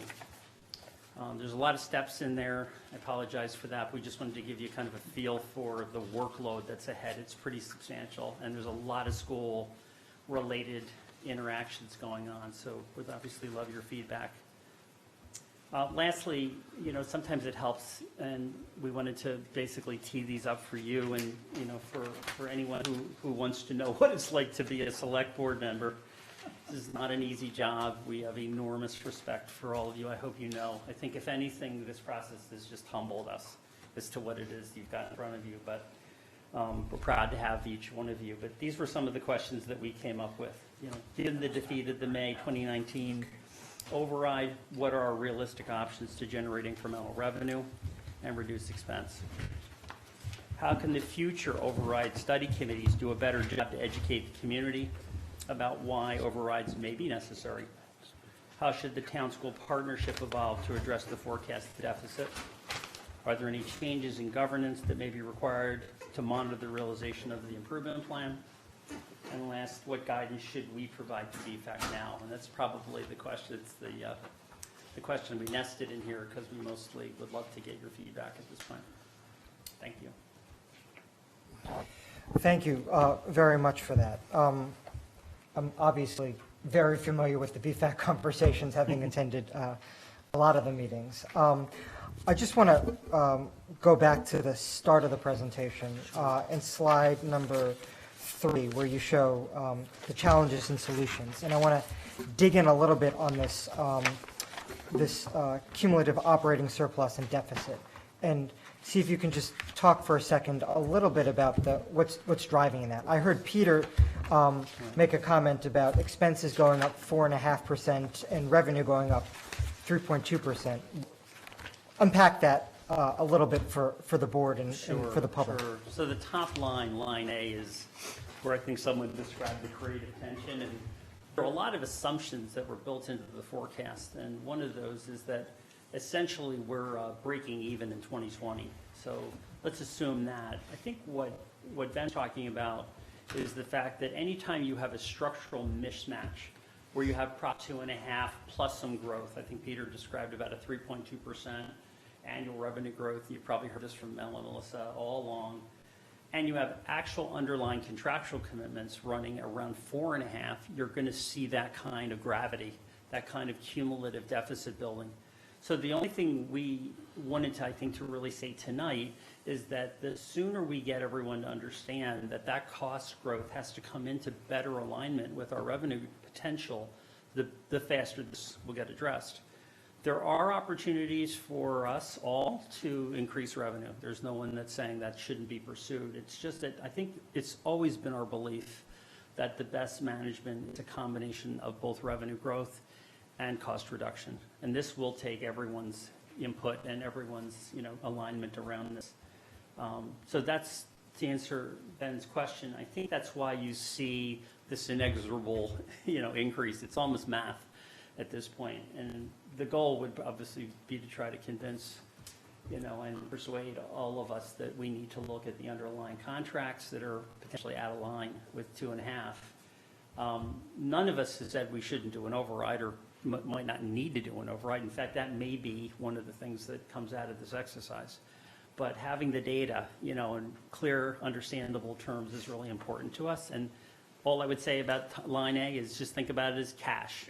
There's no accounting, mumbo jumbo here. I'll say that as the CPA. This is just cash receipts are just not sufficient to cover cash disbursements right now.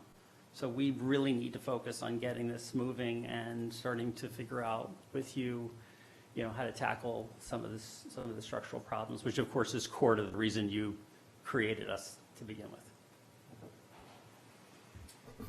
Thank you. I wanted to ask, and this came up a couple times in your presentation, was this identifying revenue growth sources and new economic development.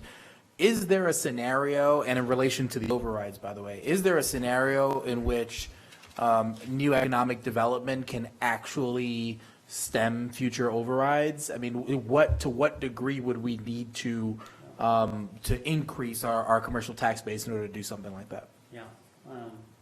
Well, Nathan?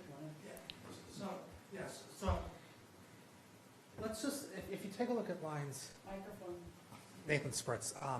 If you take a look at line A, those numbers are not exact, they're not precise. So in the short run, you can pick a time horizon, and you can see that anything more than $3 or $4 million a year starts to chip away at any deficits in the short horizon. But we have to remember one thing, we're still Prop 2.5 limited. So in the long-term horizon, any one-time step in economic development, if it's $10 million, only gets you down the road. And then we're still here thinking about many of the same things that David has talked about before. But, given the fact that we've got a strategic cash, that we've got a cash flow shortfall in the, let's call it $4 or $5 million range on line A there, that's the gap that, if made up, will eliminate most of it through to 2025. But it's not a permanent solution. We've got to go beyond that. And I would like to add, we heard the presentation a couple of weeks ago on the potential for Route 9. And Route 9 has a lot of problems, but Route 9 also has some potential for some additional development. And I was actually surprised and encouraged to see that in order to get $6 million more in tax revenues, you don't need to do a hell of an amount of stuff on Route 9. It would actually potentially fit. So if we then add certain other areas to town, it would carry us a long way. However, all of those things take 3 years, 4 years, 5 years until they actually start pumping. And so the quicker one starts to think more aggressively about, okay, what can we do today to A, start the process and speed up the process and get the political will to get it done, the better off we are. And that's one of the things, I'm an outsider here, right? This is my first involvement with municipalities. It is still eye-opening for me. To overcome the political hurdles in this town where everybody wants to stay where it is and nobody likes to talk about economic development, and God forbid we have a 5-story building somewhere. How to overcome this hesitancy in town, and how to tell the town the trade-offs that we have to face in order to solve this. I think this is, to some extent, as a citizen here, that is my challenge to you guys. Who sticks out the head and says, hey, there are trade-offs involved. And economic development is a really good thing to have, even though we need to have a 5-story building in Washington Square. That's a great question. I just want to share with you. Yeah, I just want to say briefly, that's a real grown-up conversation that we need to have, and I'm glad you're bringing it up, and also that I'm really glad that there's a study committee for the lower Boylston section of Route 9 that'll be getting underway really soon. Yeah. I just wanted to say the question you raised is probably the most fundamental one for any citizen of Brookline to understand. In the absence of economic development, we don't see any other course but almost routine habitual overrides. Economic development may be a dirty word in the town historically. It cannot be, in our estimation, financially. And it really comes in two forms. It can be commercial or it can be residential. There's so many policy issues we understand, affordable housing, housing for the elderly, all of that will have to be solved for. But it's Brookline, we're AAA, we're up for that. What we are not up for is a continual, override culture where we don't communicate very effectively to the citizenry. We know that's what you asked us to ultimately address. And I don't know how many people realize this, but there's just not a lot of wiggle room in the fee increases that you can authorize. So we're left with a and we've talked a little bit about this together, that we're left with this economic development challenge and the real need to pave a new way when we're talking about a real fundamental change in zoning and probably attitudes and culture in Brookline. All you have to do, though, is go down the other end of Route 9 to see the buildings that are getting built there, which I looked at this morning, which were part of a legacy that I left at Children's at 24 Brookline. I mean, that didn't exist way back when. It does now. So we've done a great job. EDAB is a terrific concept. We just think it needs to be broadened dramatically if it's going to be able to do what we need it to do. Right. Thank you. I'd like to kind of piggyback on that. Being able to kind of show, the difference if we had more economic growth, over the next 5 years would be something that would help me as a select person kind of communicate to the public why we need to invest in that, so that we're not constantly going back to the same property holders that pay taxes. We're 80% residential property taxes, as our base. And I think we do need to diversify our portfolio a little bit, so that we're not constantly going back to the voters. I have to be quite honest, I'm a little disappointed with the presentation just because a lot of this stuff is so familiar to us. Every year we have budget presentation. Mel and Melissa are fantastic. And then we get the credit rating agency's report, which covers a lot of this information. So what I'd like to see from, this group is zeroing in on those, really complicated questions and how do we start to grapple with the trade-offs and communicating to the public. I take what you say to heart, and all I'll tell you, to be totally honest, Heather, is that when we went through this AAA discussion with the people that came in to discuss it with us, everybody thought that Brookline was near perfect. This is not perfect.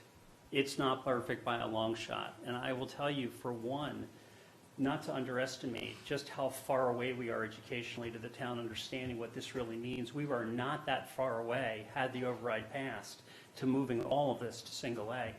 That really bothers me. I don't want to pull any punches with you, but there's a lot we didn't tell you tonight that we're worried about because we didn't want to scare you, but a lot of this has to really be looked at thoughtfully. We didn't want to come out of the gate with this is this and this is that. We need your feedback and guidance around that. But just so you know, we've heard you. I believe we've got some transformational decisions to make. These are not just evolutionary. These are going to have to be a new way of doing business, to your point. Yeah. My next point is, I'm curious, now that we've lost our superintendent, because I saw on one of the deck slides that you had planned to have a conversation with schools in August. Have you had a conversation about, whether they're still prepared to answer your questions? I mean, they do make up about 57% of the budget. Yeah. And it really wasn't addressed very much in the presentation. We had invited Susan to the last full committee meeting of DFAC, and she came, and, Mike Sandman and a number of people who I think are really important to me personally and to all of you are very vested in making sure this happens, because for the next superintendent, this has to be addressed. The frustration that I heard from the superintendent, indirectly through Susan and through the group, is that it's really almost impossible to do that job right now. So we've got to create these resources for somebody. I have enormous respect. I never got to meet Andrew, but I have enormous respect for him. But the whole idea that the schools would do anything but get behind this right now, at least to me, is really like, a non-starter. If the town's going to move forward, we'd have to have the schools move in with us now on same systems, same data, same approach. collective bargaining, we need to look at OPEB, we need to look at the whole thing. We can't sort of just business as usual, or you get that forecast. Again, to your point, that did not come through for months. It wasn't until we literally started pushing through it that we got a sense. And the invitation to look at the town-school partnership, I thought, was the door that, you know, Ben and Mel really asked us to walk through, because I now know what was going on the other side with Andrew that I did not. We were going this way no matter what. Now the real question for you is, how do we want to involve the schools in these deliberations? Because it's not explicit, because I don't know that we know. Okay. We really need your input on that.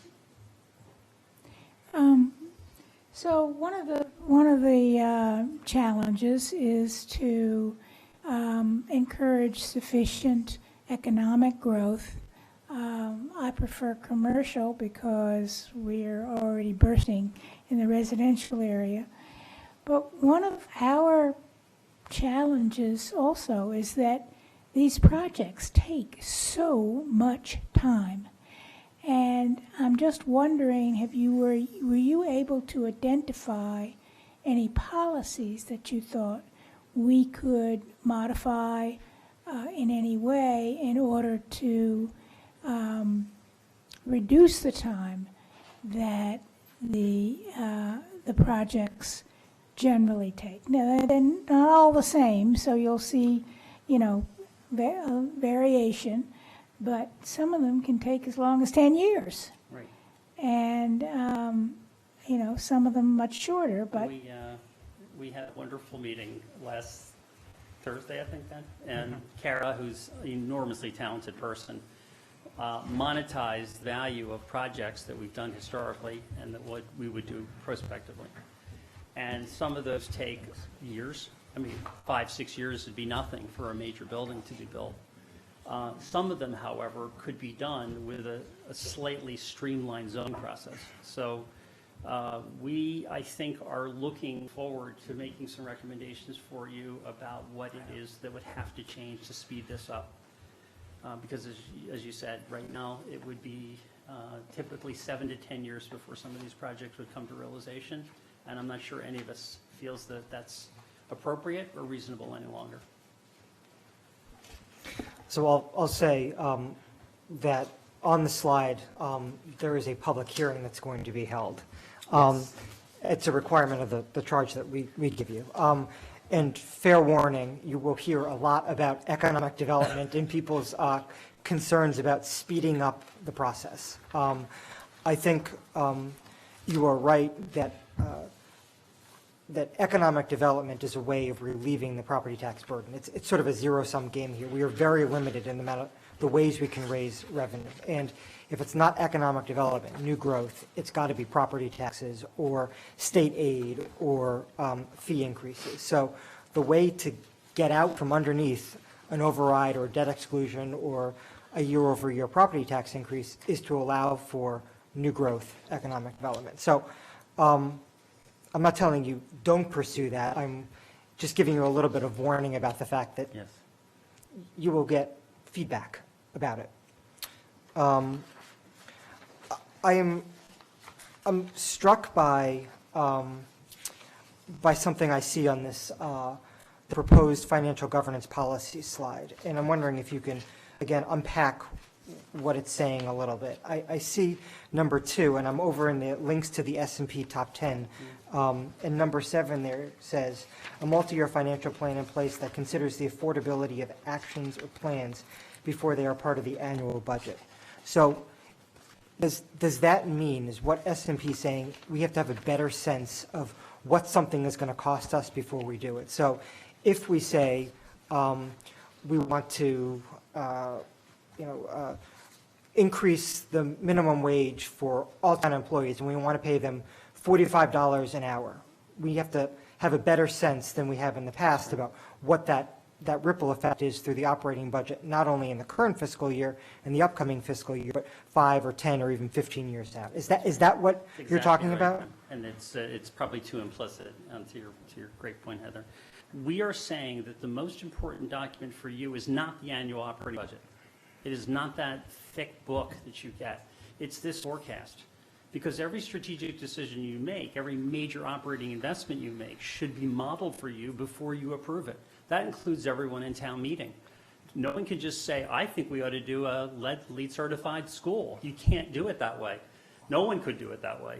So we're really arguing that the 5-year forecast becomes your primary rudder financially. It's the thing, and that's why we're making the big deal about the data and analytics. We need to inform you better so you can make better decisions. There's much more risk in the environment than there's ever been. And so what you're seeing here, Ben, is a more proactive view of decision-making, to your point, that is very much coming from S&P. They really see this, and the best-rated towns around the country, they really see in cities, they see a lot of that forethought going in before something's approved. Yeah. So I think that's all to the good, and I appreciate pushing on additional information and context for this board and town meeting when they take actions. I think my hope is that when the final report comes in November and then ultimately in January, that you deliver something that's a little bit more fully baked than just, this is something you should think about. And I'm not asking for fully baked policies or warrant articles or, fully written out policy papers about what we should vote yes or no on and implement. I think giving us a roadmap to how do we get from where we are today to where you think we should go would be incredibly helpful.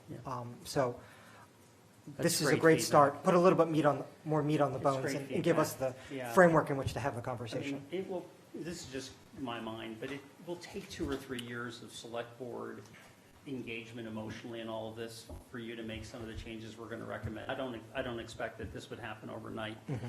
But I'll tell you one thing I think I learned over the years, and that is emotional engagement is so important to this. It's because everyone's going to have to believe that we care about this AAA rating, and everyone's going to have to believe we care about these policies.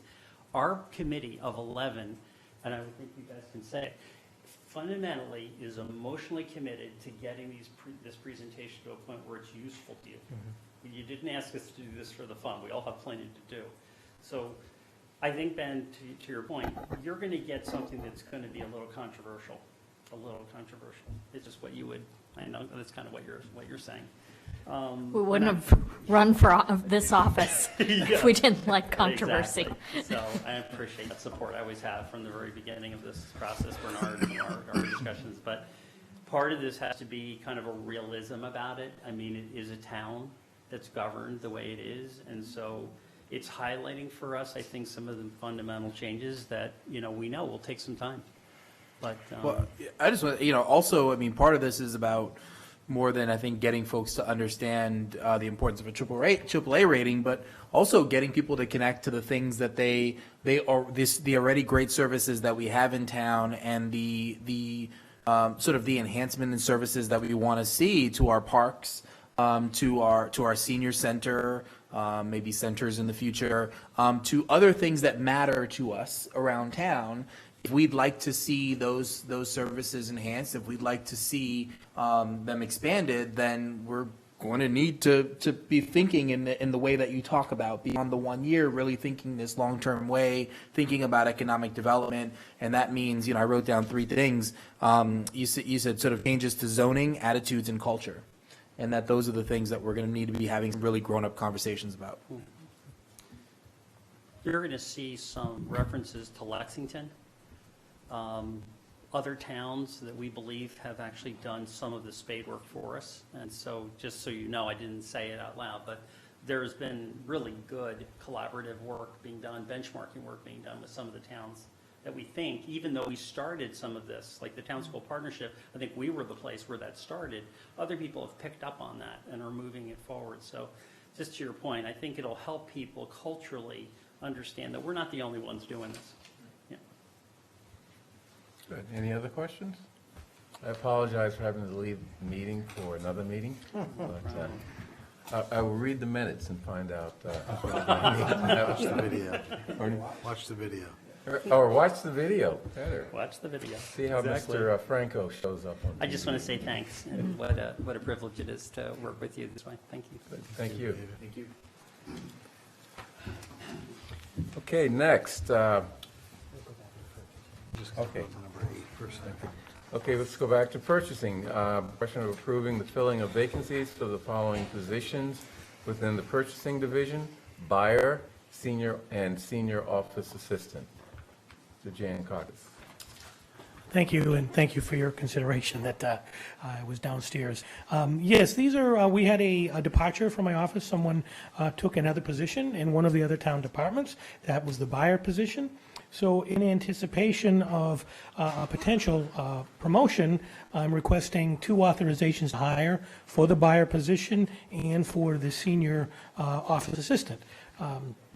So that the senior office assistant, the gentleman that is in that position now, has been in my office for about 2.5 years, has learned a lot, and so potentially, if things work in a way, he would be promoted into the buyer position, and then we would go out and seek a new addition in the senior clerk, senior office assistant position. Thank you. Okay, any questions? I'll just comment, I always like to see internal promotions to place. I think bringing in talent in the first place is important, but also growing and nurturing and developing it. So compliments to you in succeeding in that regard. Thank you. I'll only add that I agree with Franco that internal promotions are critically important. But let's make sure that the pipeline within our departments is sufficiently diverse so that the promotions reflect that diversity. Great. And I think that's implicit in what Mr. Franco was saying. And you know this because we always mention it, okay? Thank you. Thank you. Any other questions?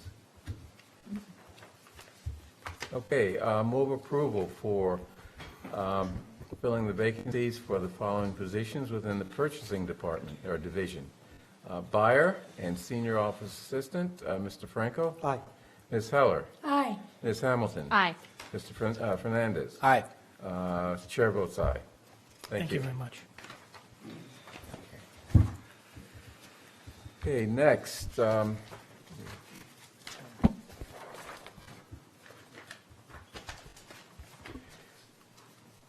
we're looking for an update on housing issues by the Housing Advisory Board. Mr. Blood.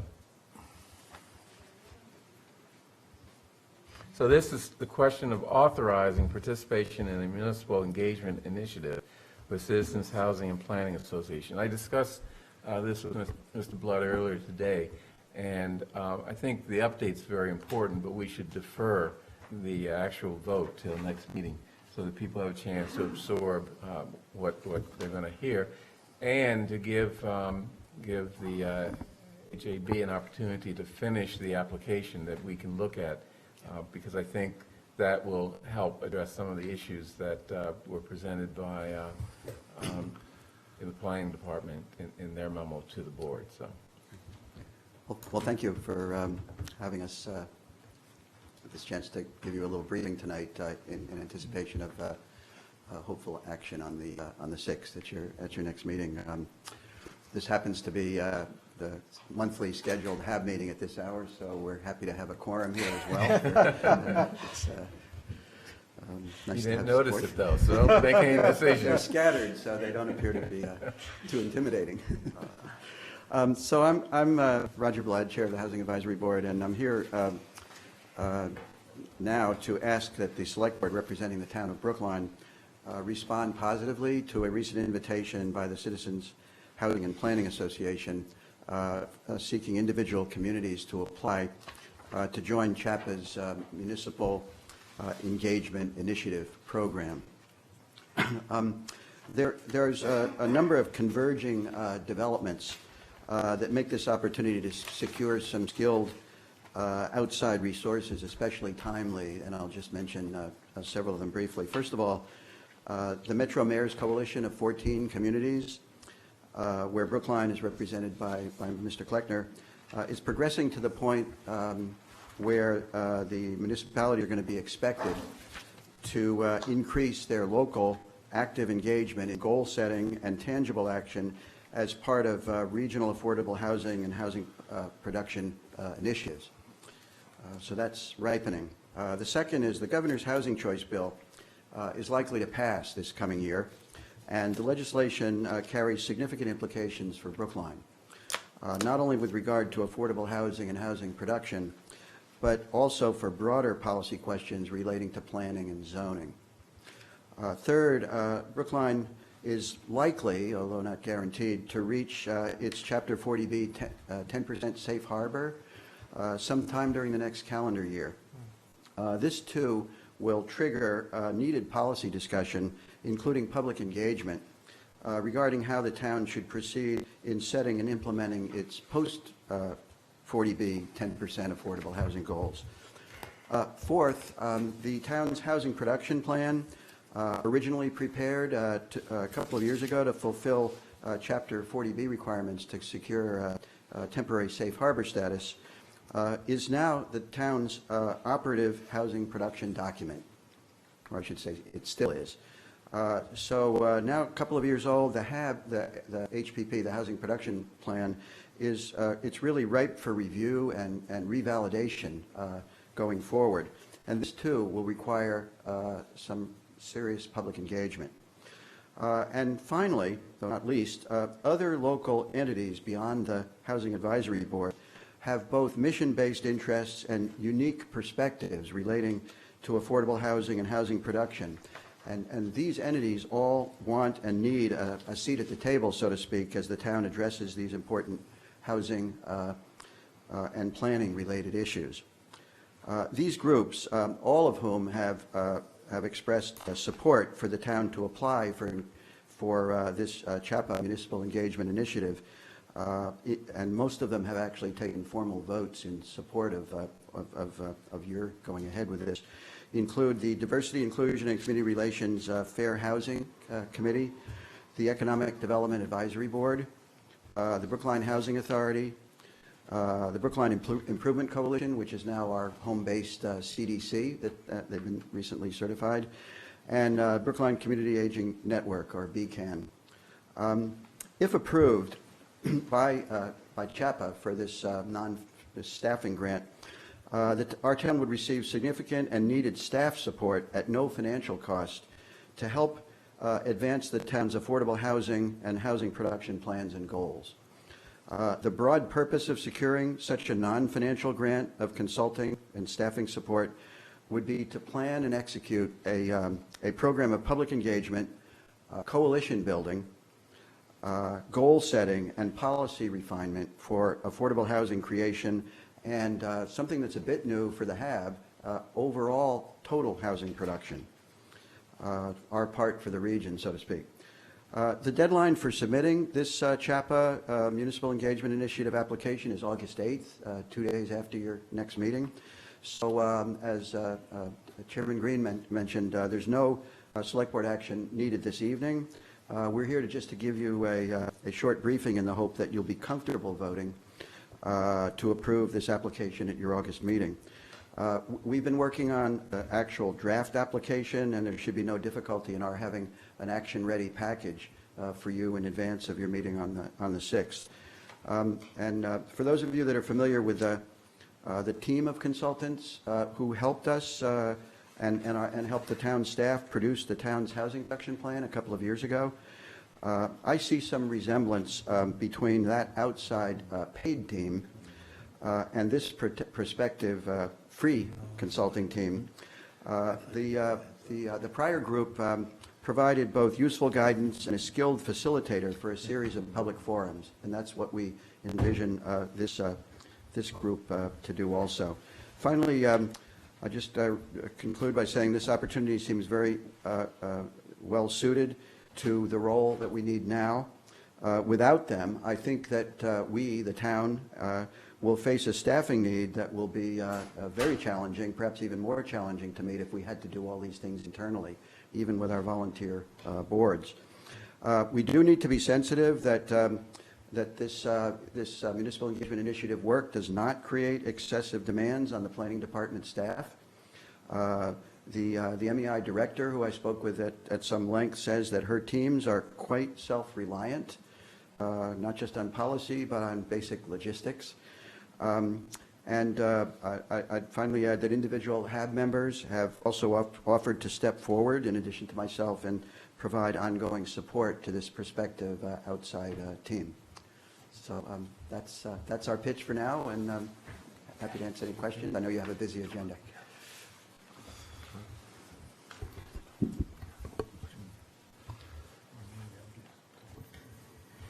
Any questions? I have a comment, actually. So I'm pleased to see that you're moving forward on this, and I know that that HPP was very important in getting us to the place we are now.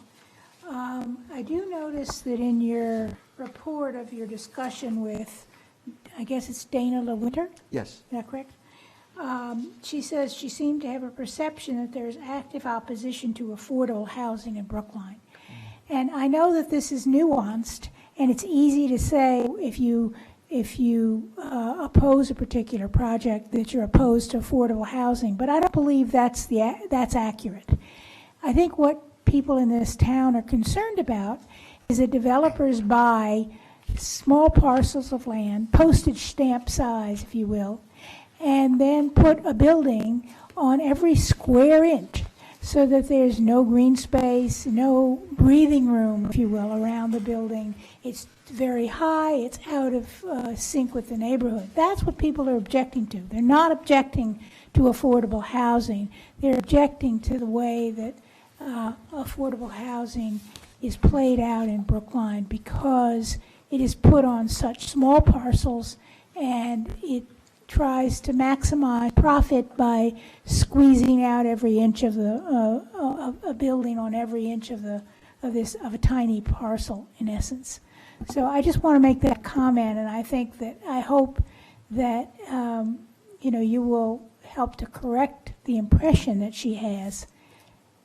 We actually had an interesting discussion on that point because part of the template for the application talks about wanting some statement about active opposition, and I expressed what you did, and that there really isn't organized opposition now, and it's a misconception, which I think is attributable to some unfortunate media coverage, including in the Globe, when our Zoning Board of Appeals was swamped with 40B applications, and the media coverage left the impression that the town was negative on affordable housing rather than looking for just a little bit of breather in the processing of so many 40Bs. Right. So I think, and our application, and when you see the package, you'll see how we address that. Thank you. Any other? Yeah, I'll be brief. I'll say one thing that I found when I was knocking on many doors in the spring was that there is a sort of vast constituency for affordability in town. I think it does come to when certain sort of buildings are going to be built near someone that there come to be issues, and so this is not. This won't be an easy conversation, but it's an important one to have. I will say I was really impressed with the approach that the Select Board's Climate Summit, led by Zoe Lynn, took in terms of bringing people together for community input and problem solving. And as you think about the kinds of public sort of listening sessions, I would think about making those engagement sessions. And you're probably already thinking about this, but I just, having spent some time at that summit, I just was really impressed by that approach. And as we start thinking more and more about what community input looks like, I'd encourage you to maybe talk with Zoe and look at that as a model. Thank you. I attended that and I was similarly impressed. For those that may remember the Housing Production Plan series of public engagements, that kind of a charrette format and breakout sessions and the like, and brainstorming on a smaller scale was actually employed to some success. And I think you're absolutely right. That's a model that we should talk about with this team. Thank you. Thank you for coming and giving us an update and bringing this question to our attention. I have to confess, over the weekend when I was reading this, I was viewing this request, this information, through the context of a separate process the town is going through, and that's a review of the zoning bylaw. We've got a consultant in place, sort of a two-phase scope of work to take a look at our zoning bylaw and suggest some improvements. And I imagine that this effort is going to, in some way, also tinker or touch or seek to improve the zoning bylaw, accessory dwelling units or inclusionary zoning. So talk to me about how this process and the, that consultant that's already on board to take a look at the zoning bylaw are going to interact, and where the whole is going to be additive, not sort of duplicative. They should be complementary. From what I've read and spoken with the CHAPA group, this doesn't anticipate getting really down in the weeds on technical issues. We've got a couple that are, partway through the process with the HAB on some very specific zoning, including the ADUs. It's more about education, raising community awareness, building coalitions, but in that process, it has to bring policy options to the table for the type of discussions and public engagement that I think, Raul, you're referring to.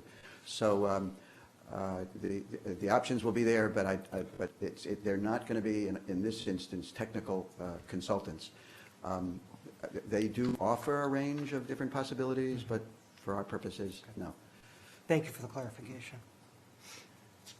So you're aware of a memo from our planning department that identified a couple issues that they're concerned with, and I'd like you to sort of address them and talk in terms of the, how you think that the application form could address some of these issues, the sort of vague or nebulous nature of what is being proposed, as well as there's some concern about, I have some concern about the idea of building coalitions. This outside group building coalitions within our town that would, number one, burden our staff, and number two, not necessarily be under our control, right, if I can use that concept. Yes, I mean, the term coalition building can be interpreted in different ways. But to attempt to answer the first part of your question, and it's a valid one, and I touched on it briefly. The planning board, the planning department, and the housing division within it clearly has a lot on their plate, and it makes sense to be apprehensive even about, does this appearance of free consulting, free staffing, add on net less burden to get a certain job done? And the first important aspect is, are the things that we're laying out needed? And if they're going to get done anyway, who's going to do them? But also, both in the application and in the discussions with the CHAPA team, which would lead to a memorandum of agreement at some point, we would really have to state our concerns and then discuss how the staffing demands within the planning department are minimized, that we expect this team to be largely self-reliant in what they're doing, and that that while there's an official contact point that has to be identified, that's more ministerial, and also that there are members of the Housing Advisory Board that are willing to step in on some of the, especially the substantive aspects, and perform what might otherwise fall unfairly or excessively to the staff. But it's a valid concern. I don't think it should deter us from at least seeking this help. But the only other thing I might say is the other groups, and I've had an opportunity to talk more with some of them now and about this, they all have a serious interest in affordable housing. The Housing Advisory Board is the only one that's our core mission. The others, it's a critical part of their missions, and they're different. And while they're not in conflict, I think that there's something to be done, and I'm not talking about the broad general public, but just the representatives of these, a representative from each of these interest groups, spending some time exploring how to reconcile their priorities, senior housing, racial and economic diversity, for example, And you heard before, mixed income economic development, and what's the relationship, and you heard a moment ago, should housing be a major part of that in addition to commercial development? So the type of coalition might be fruitful just by getting those perspectives to hear each other and try to get some common sense of where they'd like to see the town going before it comes back to you all, for example. Does that help to answer your? We're not talking about coalition in terms of a committee of the select board subject to the open meeting law, et cetera, et cetera, et cetera. It's more the outside CHAPA experts, engaging with the community and using that community input to develop ideas and recommendations for us. That's one reason I like the idea, because they are a step outside and they're a third party. If this falls inside, the HAB is very well suited to do housing policy work and technical work. I'm not sure that we're as well suited to this kind of broader type of assignment. So. Okay. Any other questions, comments, observations? No? Thank you. We're not going to vote, as I mentioned, but you'll provide the board with the materials connected to your application, and I think that your presentation tonight gives us a good foundation to look at those materials and be prepared to vote, yea or nay. So thank you. I'll see you back here on my birthday. Really? Happy birthday in advance. Okay, next.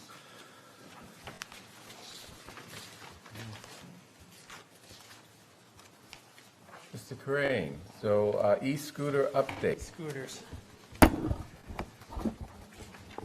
And we have heard an update in your absence from others using your very good memorandum. But you are going to give us a revised update in person tonight. A full update, yes.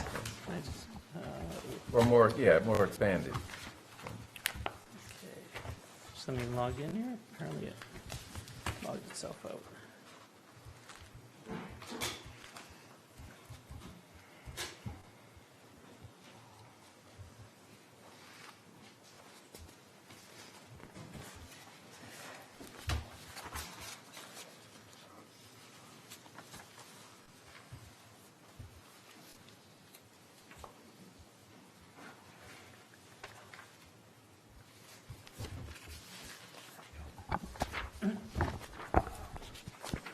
Todd Crane, Transportation Administrator for the Town of Brookline.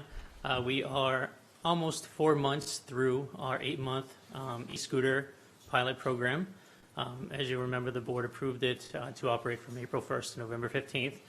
And we thought this was a good time to come back to the board, update you on the status of the pilot program, to review the feedback we got at the community forum, the first community forum that we held at the beginning of June, and to discuss with you some recommendations that we've developed to change in response to the feedback we got, to modify the pilot program, in my opinion, to improve the pilot program, get feedback from the board on those recommendations, and then proceed from there. So I actually just wanted to, for those of you who were not at the meetings where we reviewed the reasons why we did the pilot program in the first place, I figured we should go all the way back. And there are 3 main reasons that we presented on why Brookline created the program. The first is that it was in line with the Select Board's climate action goal of 0 emissions by 2050. The belief was that e-scooters offered another more sustainable mobility option to residents and visitors to replace motor vehicle trips. This was coming based right after the Portland, Oregon released the study from their pilot program, which showed that 35+% of their respondents would have used a motor vehicle if e-scooters were not available. It was also in line with the Transportation Board's multimodal network goals. E-scooters would offer another mobility option We hope that they would be a solution to the first mile, last mile dilemma between residential locations and MBTA, or other public transit. And also, their dockless feature, unlike the Blue Bike system, would allow for inexpensive access to all parts of Brookline. And finally, we looked at the TDM. As you know, the town on both the public and private side is looking to promote TDM, which is an alternative of employees driving to their jobs. And we believe that having these scooters would, again, allow employees to move between locations for daytime meetings, commute to their jobs, or commute home from their jobs. So those are the three reasons, the three reasons that we had presented back then as benefits on why we thought moving forward with the pilot program was beneficial. What we hope to learn through the pilot program was that it would allow Brookline residents, visitors, town officials, and town staff to experience e-scooter share firsthand and provide feedback based on their firsthand experience and not on what other communities experienced either in Massachusetts or other parts of the country. It would also allow the town and the companies to test different operating models that would give the town sufficient control and flexibility during the pilot program to make changes and adapt to the outcomes of those. And finally, it would generate data on usage, operations, and safety, which could then be used to evaluate the benefits and costs of allowing a permanent e-scooter share program in the town before state law changes. So here's a summary of what the e-scooter pilot program was. The pilot license authorizes companies to operate an e-scooter share business within the town, similar to we have car share with Zipcar and previously other companies. It operates from April 1st to November 15th with no guarantee of renewal or to continue beyond November 15th. We had said that we would have a 3-company maximum. We had set a $1,000 initial license fee, and then an additional $1 per scooter per day fee, which is paid monthly. The scooters are allowed to operate from 6 a.m. to 10 p.m. They are picked up nightly and rebalanced charged and then rebalanced in the morning. We required that they offer discount pricing to veterans and low-income residents. We also required that they provide education via their app as well as through community outreach programs. And we were the first pilot in Massachusetts, but we're not the only pilot in Massachusetts. Last week, Salem, Massachusetts launched their own e-scooter pilot program in partnership with Zagster, which is managing the program for them through their corporate partnership with Spin.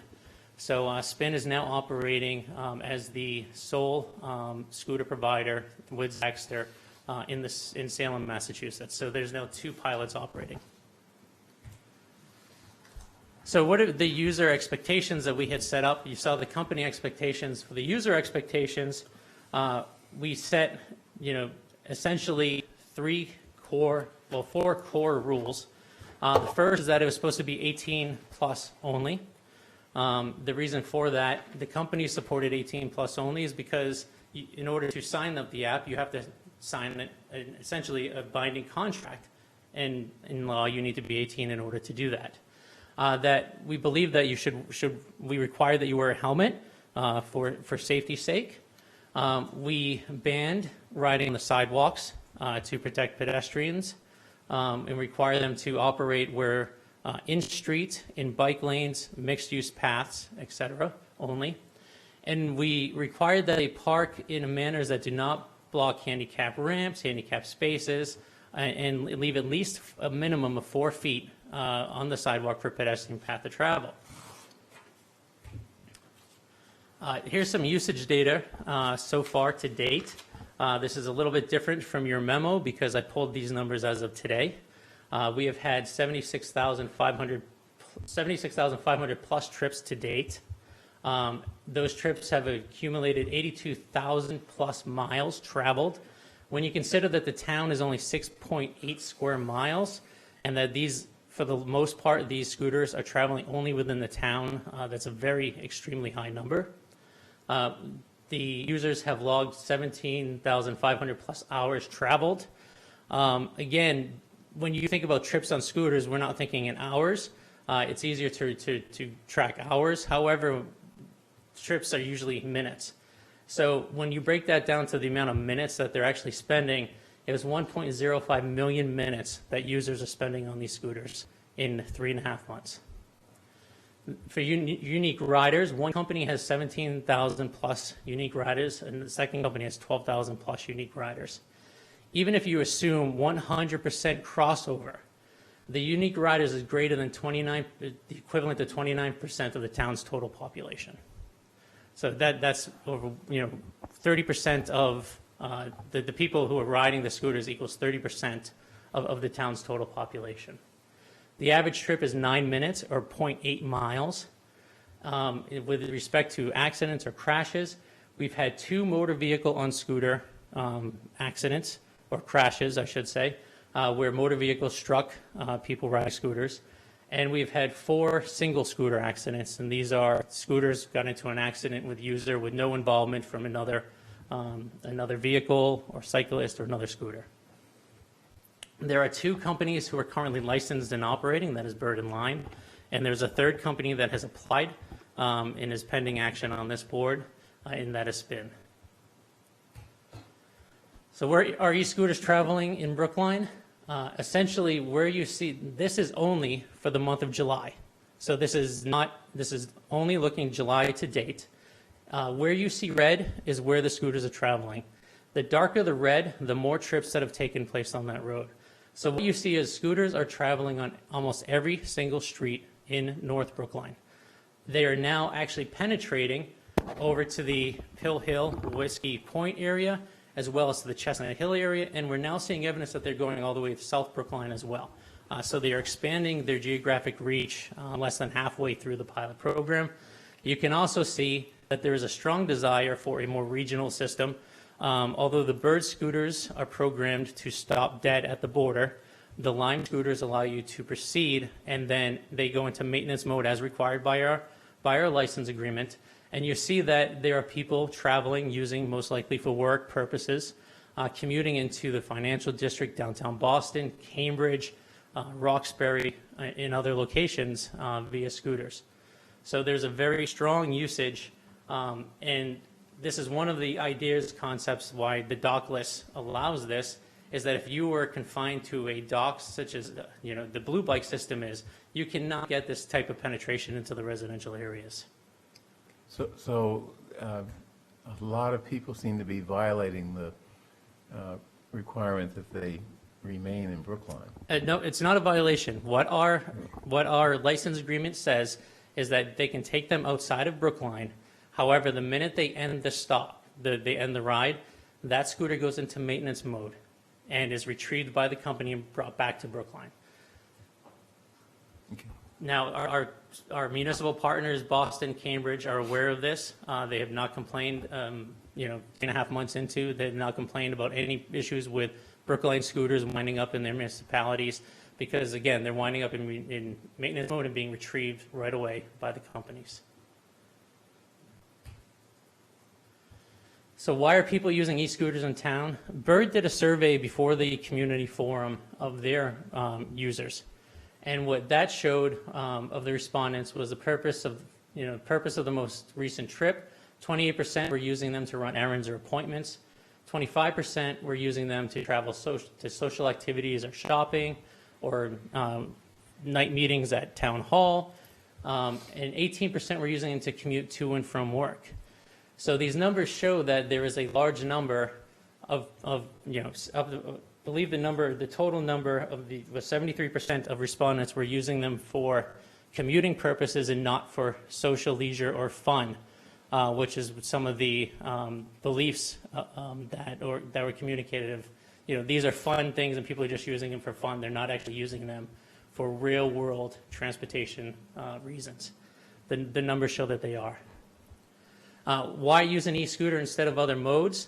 66% said that it is the most fun option.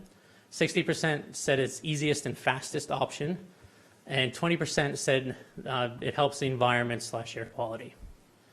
And similar to that Portland number, what we're already seeing, and again, although these are largely confined to Brookline, it's not a large regional system or a large municipal city system similar to Portland, 21% would have driven a motor vehicle if an e-scooter was not available.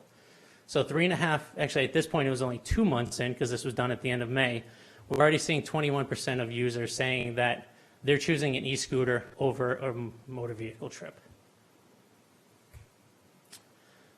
That's all well and good, and those are the benefits. Can I ask one question? Yep, absolutely.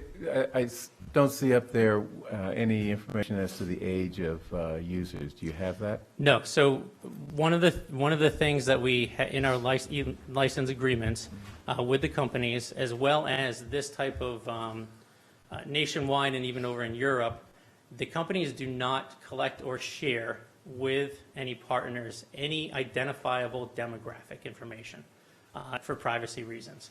So we do not know how many are male, how many are female, their age, their race, their sex, their income, etc. All of that is protected by the companies. The way that municipalities such as Portland for their studies get, and you'll see this later on, is that when we do our own survey, we have the option to ask that information, to attempt to find out what the demographic is using this. So we have not done a survey yet. We will not do a survey until towards the end of this. And we'll be coming back to this board for information that you're looking for. And one of the questions we'll have is, do you want to request demographic information from the users? But that's why the companies don't provide it to us. Any evidence of first and last mile trips? I mean, I know you said people were taking it to work, but from the geo-tracking information, can we see if they're starting or stopping at T-stations or bus stops? And then the second question is, what's the engagement been around TDM with some of our commercial partners in town? Or Yeah, is there evidence that that's happening? Yeah, so there hasn't been, to my knowledge, there's not been formal engagement on TDM. However, we have seen pictures and talked to employees and received emails that some of our own town employees are actually using these. They're getting off the commuter rail, walking to St. Mary's, hopping on an e-scooter to take it to town hall. Some of our employees are actually using e-scooters to get to meetings during the day through other areas. We have seen evidence and talked to some U.S. Postal Service employees that are actually using e-scooters to go from Coolidge Corner, where they pick up their mail, to wherever they deliver, instead of walking that distance or driving that distance. We have picture evidence. Oh, really? And we've had pictures submitted to us of this happening. We also have emails from employees or employers. I don't know their exact, but where they are working in Coolidge Corner. If they have meetings in other parts of Brookline, they have emailed say we are using e-scooters to get to our meetings. And I forgot the second part of your question. No, I think you hit both. Okay. Well, first mile, last mile. Oh, In the user survey that Bird conducted, one of the other statistics that they reported on was that 20% of users reported that it connected them to public transit. Correct. Yeah, and that's one of the things we, via the online data sources that we have, that we can track first mile, last mile. We can track destination and origin as well. So that will all be included in sort of the final report. But if you're interested in that data now, I can certainly provide it to you after the meeting. Yeah, I'm just curious. We see a lot of trips starting or ending at public transit. So with our third-party data aggregator Populous that we're working with to sort of track all of this stuff, we're actually tracking it. Heather and Chris and us in consultation with them decided to track it by precinct. So that breaks it down. So we can now see where, how many rides are starting in precinct 1 and how many of those rides are ending in precinct 2, 3, 4, 5, 6. That way we can also see, how many are starting in the neighborhood and ending near MBTA or vice versa. So like I said, the pilot is, with respect to data usage, is going very well. However, that does not mean that it's without issues. Based on the emails we're receiving as well as the community forum, I divided sort of the comments within the community forum and on the emails in 3 sort of categories. One is, it's horrible, end it yesterday. The other is, I love it, and one of the quotes was, this is the best thing Brookline ever did for the environment. In the middle, you have people who are saying that I like it or I don't like it, but here's ways to improve it. And that's what we're trying to address in the recommendations that we're making to the board, is to try to improve the pilot program based on this feedback and direct response. 4 issues that we have within the community forum was that parking of e-scooters block access to sidewalks, handicap ramps, etc. That the operations around the senior center concern older residents' access to the facility. That operating in the town's nature sanctuaries, especially Hall's Pond in the Brookline Reservoir, is threatening those areas. And that there's not enough police enforcement of the rules. Parking issues. So these are some of the pictures that have been submitted within email. So you'll see that, the one scooter is left dead center of the sidewalk on your left. And whether it's 4 foot, it looks about 3 feet, doesn't comply with the 4 foot. You see that there is a scooter that may have been properly parked in the tree lawn, but then has fallen over. You see the next 2 pictures below it, they're parked blocking access to handicap ramps. And then even when they are parked legally, you see the birds are technically parked legally, but in a heavily pedestrian area right in the heart of Coolidge Corner, where on a narrow sidewalk. So although they leave 4 feet, they leave barely 4 feet. So even when they're following the rules 100% of the time, it still is interfering with pedestrian movements in the heart of our commercial district in some areas. So the solution that was recommended at the community forum and is implemented by peer municipalities throughout the country that are facing similar issues was to create digital corrals, which would dedicate space in either an on-street parking space or in a white area on the sidewalk on each block in the commercial districts where we have the high pedestrian counts, to provide a dedicated e-scooter share parking space that is outside of the travel way for pedestrians. The users of the e-scooters would be directed to park in these locations in order to, when they enter in this area and attempt to end the ride via the app, they're notified that there is a digital dock on this block, please park in that location. Via the geofencing capabilities of the apps.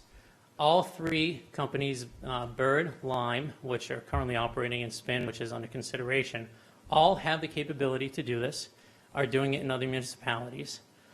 These are 2 examples you'll see from other municipalities. The one on the left is an in-street docking location, and the one on the right is utilizing a curb extension for those purposes. Now, you'll see in some areas around town in the very early morning when the companies first put them out, you'll see them typically lined up in these types of spaces.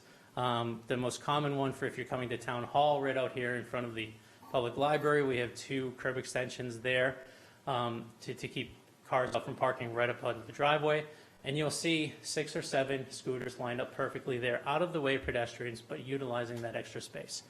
So we're proposing that should the board desire, that staff would work with the companies to go through and identify these locations within the heart of our commercial districts, Brookline Village, Washington Square, St. Mary's, Coolidge Corner, JFK Crossing, and identify where these would be and then lay them out.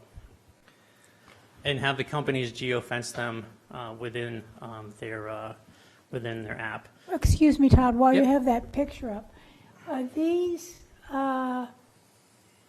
these scooters parked by the company when they're allowing people to come and get them?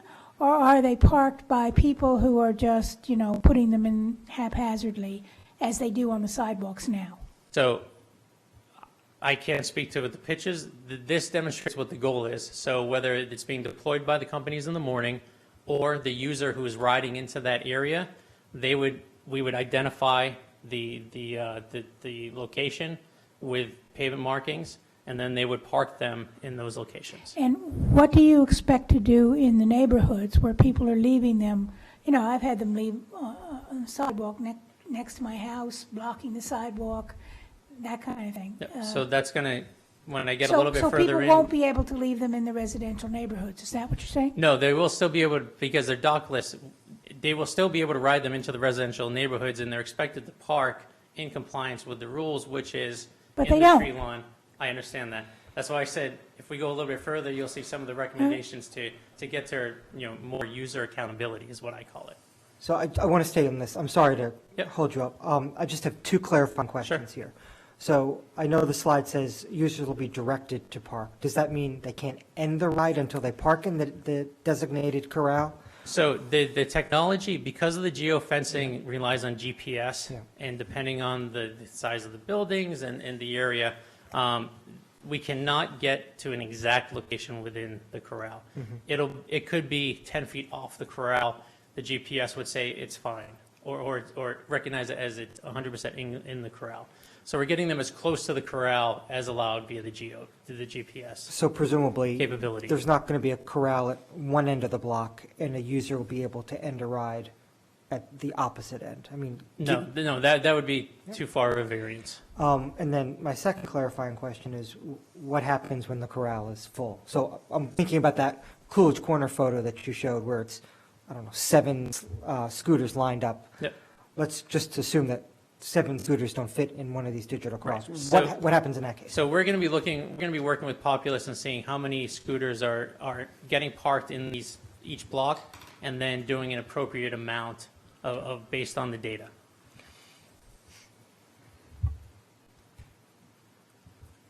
So the next is parking around the senior center. We had several complaints and concerns about parking the e-scooters. The senior center is in the heart of a residential neighborhood, dense residential neighborhood with large apartment buildings and condominiums on either side. And the concern was that the seniors who are parking on Winchester Street and trying to walk that one block to the senior center were running into these obstacles and issues. So as sort of a high impact area, what we have asked is that they create a 150-foot no parking zone on the sidewalk to either side of the senior center. All 3 companies have this capability. Lime actually said, great idea, and already did it. So what you see there is actually a screenshot of Lime's app, where the red is actually a no parking area. And if you try to park there, it says you're not allowed to park here. This is one of the benefits of the senior center. The other recommendation for the senior center is to actually do what's called a slow zone. So you heard Spin talk about this in their presentation. Normally scooters are maxed out at 15 miles per hour. If they're operating in the street at 15 miles per hour, that's fine within senior center. Our concern is when they come up on the sidewalk in 15 miles per hour with a large number of seniors in the area. So we're recommending that we create a slow zone for 10 miles per hour. All 3 companies have the capability to do this. However, again, because the geofencing relies on the strength of the GPS, it can be glitchy. And all the companies have said, we can do this, we will do this, but understand that the technology is glitchy when it comes to this. The other fear is in some of the area, one of the companies shared their experience with this in another municipality, is that sometimes what happens is the user is going down the street at 15 miles per hour. They're holding the accelerator down, and suddenly the scooter starts slowing down, and they don't know why. They think there's something wrong with the scooter. So sometimes they abandon it right there because the scooter's broken, reporter is broken, and go on their way. So that's one of the downsides, that if we do put in the 10 mile per hour, we're going to want to monitor it to see if we're having those issues. Todd, again, if someone abandons their scooter, what is the penalty for that on the person who's doing the abandoning? So we're proposing a 3 strikes policy. So that'll be in the for when they do that stuff. The next, I'm trying to go in the order of that. We had the comments come in. The next is to protect the town's nature sanctuaries. At the community forum and via emails, we received complaints that scooters were riding and parking in Halls Pond and Brookline Reservoir Park. And there was concerns that they would be doing damage to these pathways that are not meant for even bicycles or scooters to be ridden on. Using the data we have access to, we identified that in the past 3.5 months, there's been 28 trips that have started or ended at the Brookline Reservoir Park. and 12 trips that have either started or ended with the protected sanctuary. So there is evidence that they are actually riding in there. We can see it on the maps and we can pull down the data. So I spoke to Erin Galentine, who is the Director of Parks and Open Space, and I asked what the policy was for bicycles within the sanctuary because I did not know. And she said that they are banned from the sanctuaries. So our recommendation is to bring the scooters in line with the bikes and prohibit them from the town sanctuaries as well. And the way we do that is we create a no ride, no parking zone using the geofencing capabilities. And the good thing is we create that same area within our populace map system, and we can track, just like I did here, to say, okay, even after we create this, are there anybody going in there? Are they using it? And then we can identify the days that they're using it, and then go back to the companies and say, look, we have a problem here, and we want you to hold your users accountable, which is coming up next. So you can identify who is actually. We can identify the day, we can identify the time that they're going through, we can't identify the person because we don't have that demographic information. But hopefully they can trace it back to what scooter was going through there with their information. And then, again, what is the penalty for that? That's coming. So what about passive use parks? I'm thinking of Nivet Park, for example, on Amory Street. That's another park it's not a sanctuary. Mhm. It's a little bit larger. It's got some concrete paths that crisscross it. That's another place where bicycles aren't supposed to be ridden. Yeah. What's the proposal? So if there's other areas, we were specifically for nature sanctuaries because that was brought to our attention. If there's other passive parks where bikes are banned, then in my opinion, we should also follow up and ban scooters as well in those locations as well. Okay. So I'll check back with Erin and get a full list where bikes are not allowed to go. She had given me the list for nature sanctuaries. These are the only two that had scooter activity, although we will block out the others as well. Yeah, I mean, I think parity between scooters and bikes, at least in public spaces, makes a lot of sense. Absolutely. And again, all three companies can do this. So user accountability. Number one, deploy a Parker review feedback within the Brookline market. So the goal of this is to allow other users to rate the parking job of the previous e-scooter user. It's similar to passengers rating Uber or Lyft drivers, giving them scoring, and then have the company follow up with the user if they receive negative scores. Two companies, Bird and Spin, currently have this already within their app capabilities. Bird has it operating right now through their community feedback forum. They've reported since the beginning of the pilot, they've had 407 feedback, and they reach out to the user when they're identified and address the issue through education. Lime does not currently have the capability, but is looking to develop something for the future. Does anyone, do they also, at this point, ban anyone for repeated offenses, and has that happened? So my understanding is Bird has not banned anyone within the Brookline market, but it does happen in other markets. Lime has also said that they are not through this, but through other issues. They do have the capability to ban. And if they want to answer it after this is over, we have representatives from Lime, Bird, and Spin that can answer these more company specific. The second user accountability, number two, and I think this is really what I was getting at with Select Board Member Heller, is a 3 strikes policy. So Spin already has this operating. And essentially, the companies need to take responsibility of monitoring and enforcement of the rules by their users. The goal is to have the users who habitually receive negative feedback on parking or operating of e-scooters be penalized, and that can be through a fine issued by the company. It can be through a temporary suspension of the use of the e-scooters within that app, or permanent suspension by the company of use of e-scooters. And like I said, Spin is already using this in other markets, as they mentioned in their presentation. Lime is currently in development for something similar in the Brookline market. Bird does not have this in their capabilities yet, but is discussing it with their development team to add in long term. So this is where if somebody is leaving that scooter within the handicap ramp in the residential areas and they get reported up to 3 times, the 3 strikes comes in, and then the company can start sort of increasingly penalizing. But who do they get reported by?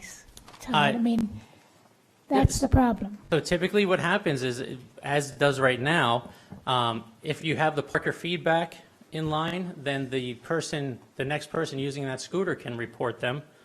Or if you have what's currently done right now is that either we receive the reports from the resident that typically includes a picture like you saw and says this e-scooter is parked in front of my house, and we dispatch the company goes and picks it up. The company can track who the last user was that parked it there. Or there's what often happens even more is that people are calling the companies themselves, and then the companies, again, they pick it up, and then they'll be able to identify who the last user was. And we're now, sort of asking them to take responsibility themselves to monitor and enforce the You're asking actions. them, or you're mandating that they do it? That's going to be up to the board. I would prefer mandating, but that's at the So would discretion of I. the board. And again, like I said, Spin already has this capability. Lime is currently in development, and Bird is discussing it with their development team, but has not launched anything similar to this. User accountability number 3, continued education. So part of the licensing agreement is constant education of users, new and existing users. One, we want them to continue the in-app messaging, especially highlighting the sidewalk riding prohibition, the 18 plus.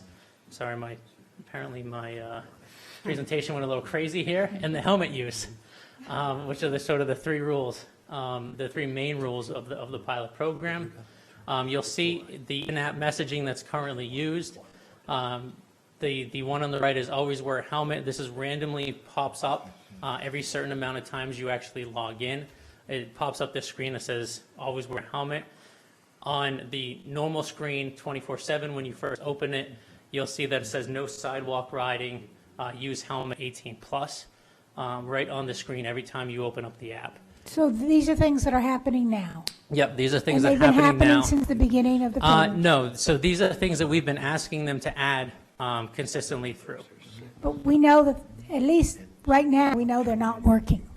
People are not wearing helmets. I've never seen an e-scooter rider with a helmet. I've seen many e-scooter riders who appear to be young, and certainly some are children. And my concern when I think about in-app education, I realize that how many times do any of us, get a document and we're supposed to read it and then click if we agree? How many of us actually read it? I bet you not very many. So initially, all they had was where you would get, initially when you logged in, you would get that tutorial and you just keep hitting next. Exactly. That's why we required them to do these randomized pop-up reminders as well as the banner. And the next portion is to continue with educational events in the community. So Lime is running what's called their First Ride Academy. They've been at community events such as the Bridle Path event, where they have e-scooters there, they have helmets, and they set up little obstacle courses, and they teach you how to ride the scooter safely. That started as a test at the Bridle Path. They're now running their second, what's called First Ride Academy. They set up in the driveway of the Coolidge Corner School on a Saturday morning, and essentially you sign up RSVP in advance, and they teach you how to use a scooter, and then at the end, they offer you a first ride led by Lime employees around the neighborhood to teach you, here's a street with bike lanes, here's not a street with bike lanes, and they show you the different circumstances that you'll encounter and how to do it safely. So they've done one of these now. They're going to continue all through the summer and into September. So that's where we're actually trying to do community outreach and teach in real life how to operate. And Bird is actually starting theirs as well soon. So are they requiring that users attend one of these sessions before they rent the scooter? They're not. They're not requiring that. Isn't that one of the problems? It would certainly solve 100% of the issues, but they could not run as many of these as 17. You got to remember, with the company is 17,000 users. There's no way that they can run enough of these to meet that demand. It would have to be a full-time educational program. Well, maybe that's what needs to happen. Are bicyclists required? Some of No. those 17,000, aren't they repeats? Well, that's unique riders.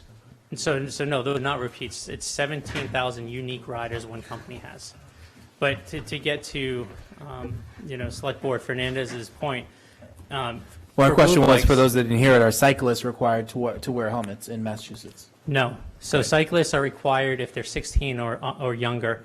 And also for our blue bikes, which is a similar share, there's no requirement for education, and I don't believe Blue Bikes does any educational activity. So we're requiring the scooters to do above and beyond what we're requiring other shared companies to do.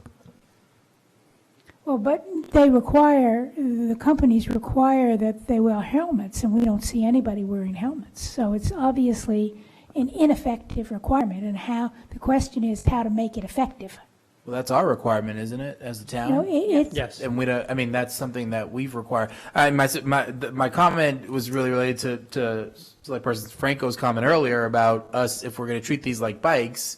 I'm just saying that's not what we require currently of people riding on bikes, is to wear helmets. So I wasn't here when this was put together, so I'm not quite sure why we required helmets for folks riding this, other than out of an abundance of caution. But we really need to rethink this premise So- of if we're going to treat them the same or not. So typically what happens is these decisions are typically made on the state level, not at the local municipality. Because this was a pilot program being done on the local level, we decided to be overly cautious with the helmet rules.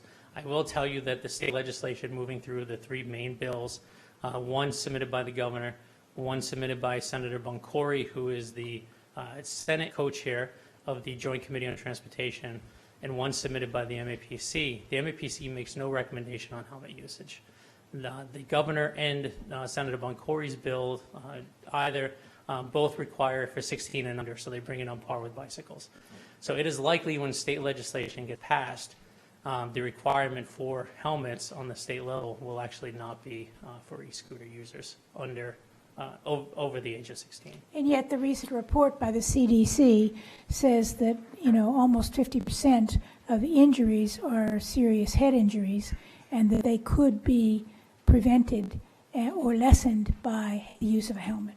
So I don't want to cut off this conversation, but I want to hear the full package that Todd's going to bring forward, so we can have a comprehensive view of everything. User accountability number 4 is increased police enforcement. In the short term for the pilot, as I outlined in my memo, what I propose is that one of the complaints was that consistently at the community forum and in emails is we do not have enough enforcement by the Brookline Police Department. However, the Brookline Police Department only has a certain amount of manpower hours that they can enforce everything they have to do. So they're pulled in many different directions, and this is another new direction that they're being pulled in. However, they are the only organization within the town that can enforce these rules. So what I had proposed was something similar to that we did with the TNC money for pedestrian and crosswalk enforcement and distracted driver enforcement, was that we utilize the pilot program license fees to hire a detail officer on overtime, 4 hours on 3 days during the week and on a Saturday, begin it August 1st and continuing to the end of the pilot. The sole purpose of this officer would be to enforce the e-scooter rule of riding on sidewalks and the other rules of the road. He wouldn't be doing any other police actions. He would just be focusing on enforcement of e-scooters. He or she would have the flexibility to move throughout the town at their discretion based on usage and demand to ensure that all areas are covered. Also, all enforcement activities will be tracked and included in the final report at the end of the pilot for consideration by the board. So that is a short-term pilot solution. When we discussed this with the chief, his concern was that, like other overtime or detail shifts, he cannot guarantee that every single shift we ask for will be filled. However, he believes we should move forward on this because any shift that gets filled is more than what is happening currently. He also suggested, and I agree with him, if a permanent program moves forward as a result of the pilot, and that is an if, then we utilize both pilot program license fees as well as other monies to cover the cost of a new full-time Brookline police officer who is dedicated to enforcement of e-scooter and bicycle regulations, especially blocking of bike lanes by drivers, etc., which are constant complaints that they get where they're not able to meet the current demand. So this new officer would be dedicated to micromobility, mobility solutions, and enforcement of rules surrounding those. And in my view, I added this at the bottom, it would be also allow that officer hopefully to take parts in the Safe Routes to School program, which typically includes educational activities, teaching kids how to ride a bike safely in interaction with the police department in terms of safe walking and safe biking. So this is more of a permanent program that the chief envisions, and I support it moving forward if a pilot if it became a permanent pilot. However, right now we're just recommending the short-term pilot discussion. So another thing that came out of was not necessarily how the operations of the pilot is happening. It was a request for increased communication on information related to the pilot with the public. So currently, my office releases via our Twitter, social media accounts, and the DPW's Facebook accounts periodic updates on the usage of the scooters, the accidents, the usage, summary of usage like I showed there. And what they asked was that we include enforcement activities and accident data along with the releases of the usage via social media, so that we're giving sort of a full update of how the usage is going, what's happening on enforcement, and what's happening on the accident or crash level. So the recommendation is, should the board decide, is to include the enforcement activities by Brookline Police Department and documented accident history by the Brookline Dispatch on a weekly or bi-weekly basis with those updates. And again, I'll leave that at your discretion whether you want it weekly or bi-weekly, so once a week or every 2 weeks. However, I think one of the key things was coming out of that meeting was they want more information about the program and how it's running so that they can help form their decisions. And they felt that there wasn't enough coming out on the enforcement side. The next, with increased communication, many of the comments were also of what criteria is the board going to use to deem the pilot a failure or a success and decide its future past November 15th. And this is something that I could not really answer. I could answer for them the data that we're going to provide you, but really it's the board's decision to set the criteria. So they're asking that be communicated to them. Specifically, the request was that the select board develop and release the criteria that the members plan to use to determine the success or failure of the pilot in the future of e-scooter share Brookline after November 15th in advance of the next community forum, which will likely happen in mid to late September. I'll tell you exactly what I told them with respect to what is the data that staff is going to provide to help you in that decision. We're going to provide usage data, including overall and per company number of trips, number of unique users by company, overall and per company distance traveled, overall and per company time traveled, overall and per company average trip distance, overall and per company average trip time traveled, origin and destination trip data by precinct, and any other data that we can provide that the board wants. We'll provide the enforcement data that we receive from the Brookline Police Department, the accident or crash data that we receive from the Brookline Police Department, a summary of all of the educational, public outreach, and community involvement activities during the pilot that the companies took part in, a survey and demographic information from a user survey developed by Populous. And also, this is one of the requests that we're going to do, is a survey and demographic information from non-users developed by Populous. So the non-users in these community forum was saying it's great that you're going to ask the users how they love e-scooters, but you should be finding a way to ask residents who don't use the scooters necessarily how they feel about the scooters as well. So to my knowledge, we'll actually be the only community that's doing a pilot that will include that data source in it. And also the citizen reporting data. We'll give a summary of what's come in via Brook Online or what's come in via the e-scooter at brooklinema.gov email where we've been collecting all these comments. So that's what we'll provide the board for data to help you make your decision. However, the criteria I think that each one of you will utilize, that the community is looking for, will have to be community discussed amongst the board and released publicly. So one thing I don't see on your list here is anything about the effectiveness of enforcement. Is there a way to show us the reduction in, for example, sidewalk driving or sidewalk riding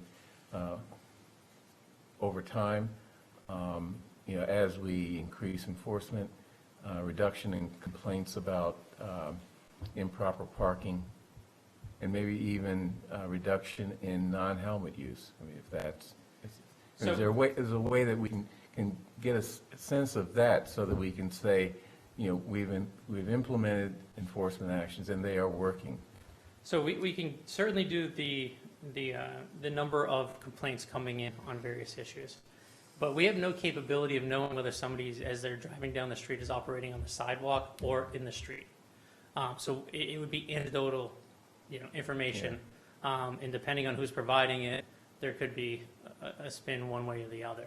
What we certainly can do is track the enforcement, the amount of tickets that are being issued on each shift, and hopefully those numbers are actually going down, not because the officer's doing less, but because compliance is increasing as we're implementing all of this. Yeah. It's not perfect, but that's at least helpful. Yeah. So that's the final recommendation we have tonight for improving the pilot program. Like I said, we do have representatives from Bird, Lime, and Spin who are here that can answer company specific or also offer their own feedback on these recommendations as well. Okay, any other questions from the board? Yeah, I have a couple of comments. Let me talk about the crashes. You cited a statistic there about, I think it was 2 crashes with motor vehicles and a scooter, and 4 single scooter crashes. No, oh. 4 single. Yeah, 4 single scooter and 2 motor vehicle on scooter. Okay, so does that 2 motor vehicle on scooter crash include the one that was reported in the tab last week? Yes, it does. Okay. That was the last one that was actually given to us yesterday by the police. There's another issue, which is that that some people in the community have raised about the fact that Mass law requires turn signals and brake lights on motorized devices, and that these devices don't have such capabilities. And we've been told that, Mass DOT issued a regulation about this, but I'm wanting to know whether town council has actually weighed in on this issue. So just a correction, all of the scooters deployed have both front and rear lights as well as brake lights. They do not have turn signals. And town council, when we first looked at doing the pilot, we informed town council of the idea of the pilot program. We informed them that what state law said, they knew it. We also informed them what Mass DOT had said and the process, and they helped develop that license agreement that the board moved forward with. So town council was aware of that, did review it, and did help us draw up the license agreement. And it's similar to the same license agreement that Salem is using now for their pilot as well, based off of the same criteria that this board Okay, used, but- which but was statements we from... don't really have the right to decide that that's not a law we don't want to obey. All of that was presented to the board. Mass DOT did release 2 separate statements. The first was that they are encouraging and looking forward to partnering with municipalities on pilots in advance of state law changing.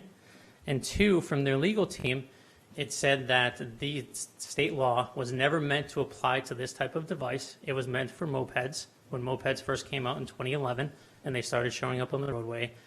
Before anyone ever thought of putting a scooter, an engine on a Razor scooter. And it was never meant to operate for this, and they would be correcting state law with the filings by the governor, and then Senator Boncory also filed his own corrections.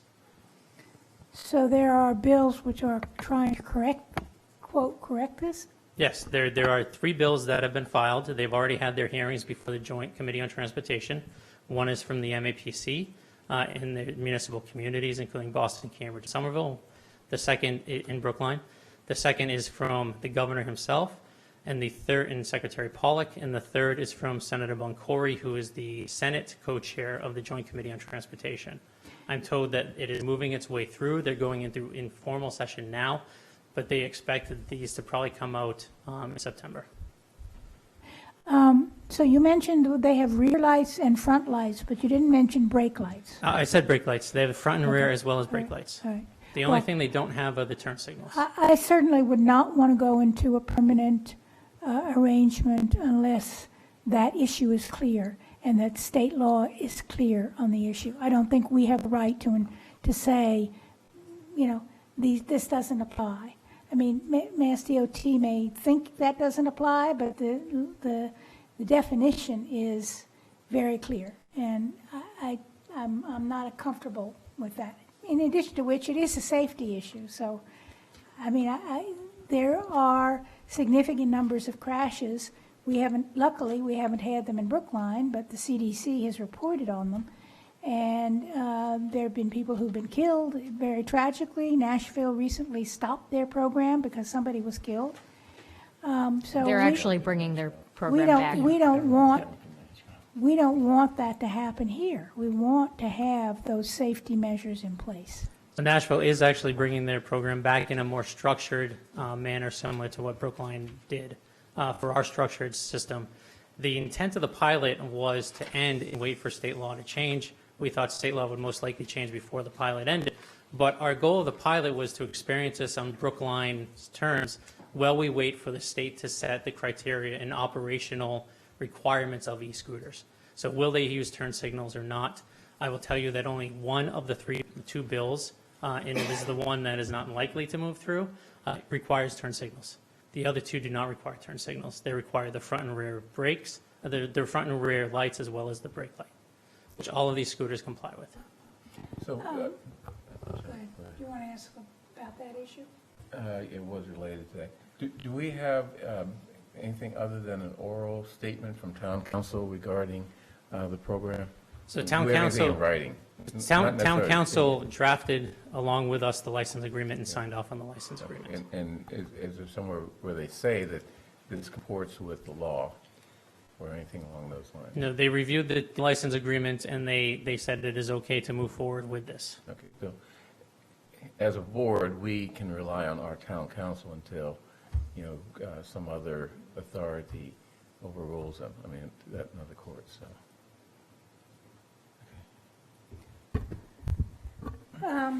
So underage users, I don't think in too many of your recommendations dealt with that issue. I know that it is prevalent. People I've known, been reported to me that people let their 10-year-olds ride on these things.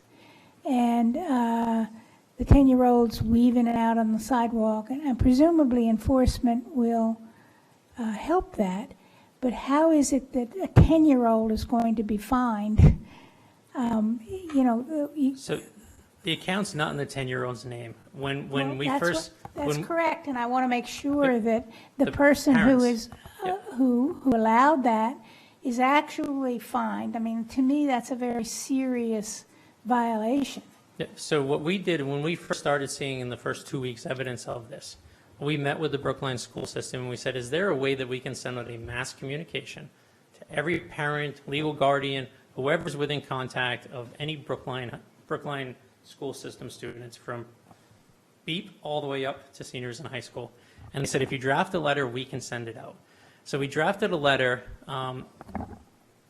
informing the parents that we are seeing this. However, the rules are 18 plus, ride on the street, wear a helmet. And when that email went out, the feedback from some parents that we got back, and I won't name names, but they are involved in the community, said, simply put, my son has been riding, one said, my son has been riding a Razor scooter since he was 5 years old. He's a junior in high school. He's in the sports team. He has to get from BHS up to Lars Anderson within a short amount of time from his last class to get to practice. I've been paying X amount to Uber to take him in that stretch. It is cheaper for him to jump on a Lime scooter or a Bird scooter and make that movement. I'm not going to stop him because he's better on these than any 30-year-old trying to ride on them. On Route 9. On Route 9, up Lee Street, all the way up, and we can go on and we can track his route. But he's not the only one. So we're trying to, we tried to outreach, and the feedback was from some parents, thank you for letting us know this. From others, it was, we're going to let them do it. And the way that they're doing it is that when you first sign on, you have to provide a driver's license. They're providing their parents' driver's license in order to sign up. So the company has no way of knowing that after the company authorizes this person from operating, that it's their son activating the account or their daughter activating the account and jumping on the scooter after school.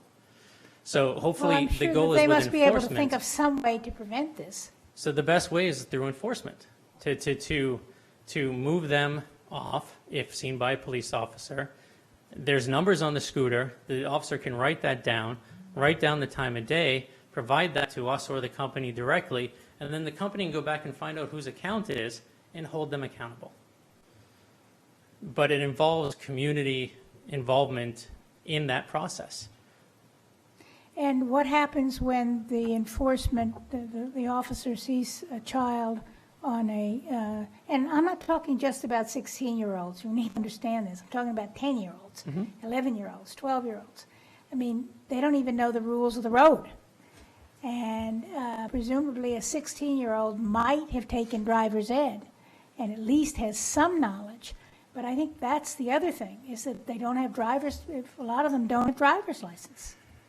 And it really concerns me that they don't know the rules of the road. So I want to know what the company is going to do to discourage this and what the officer can do.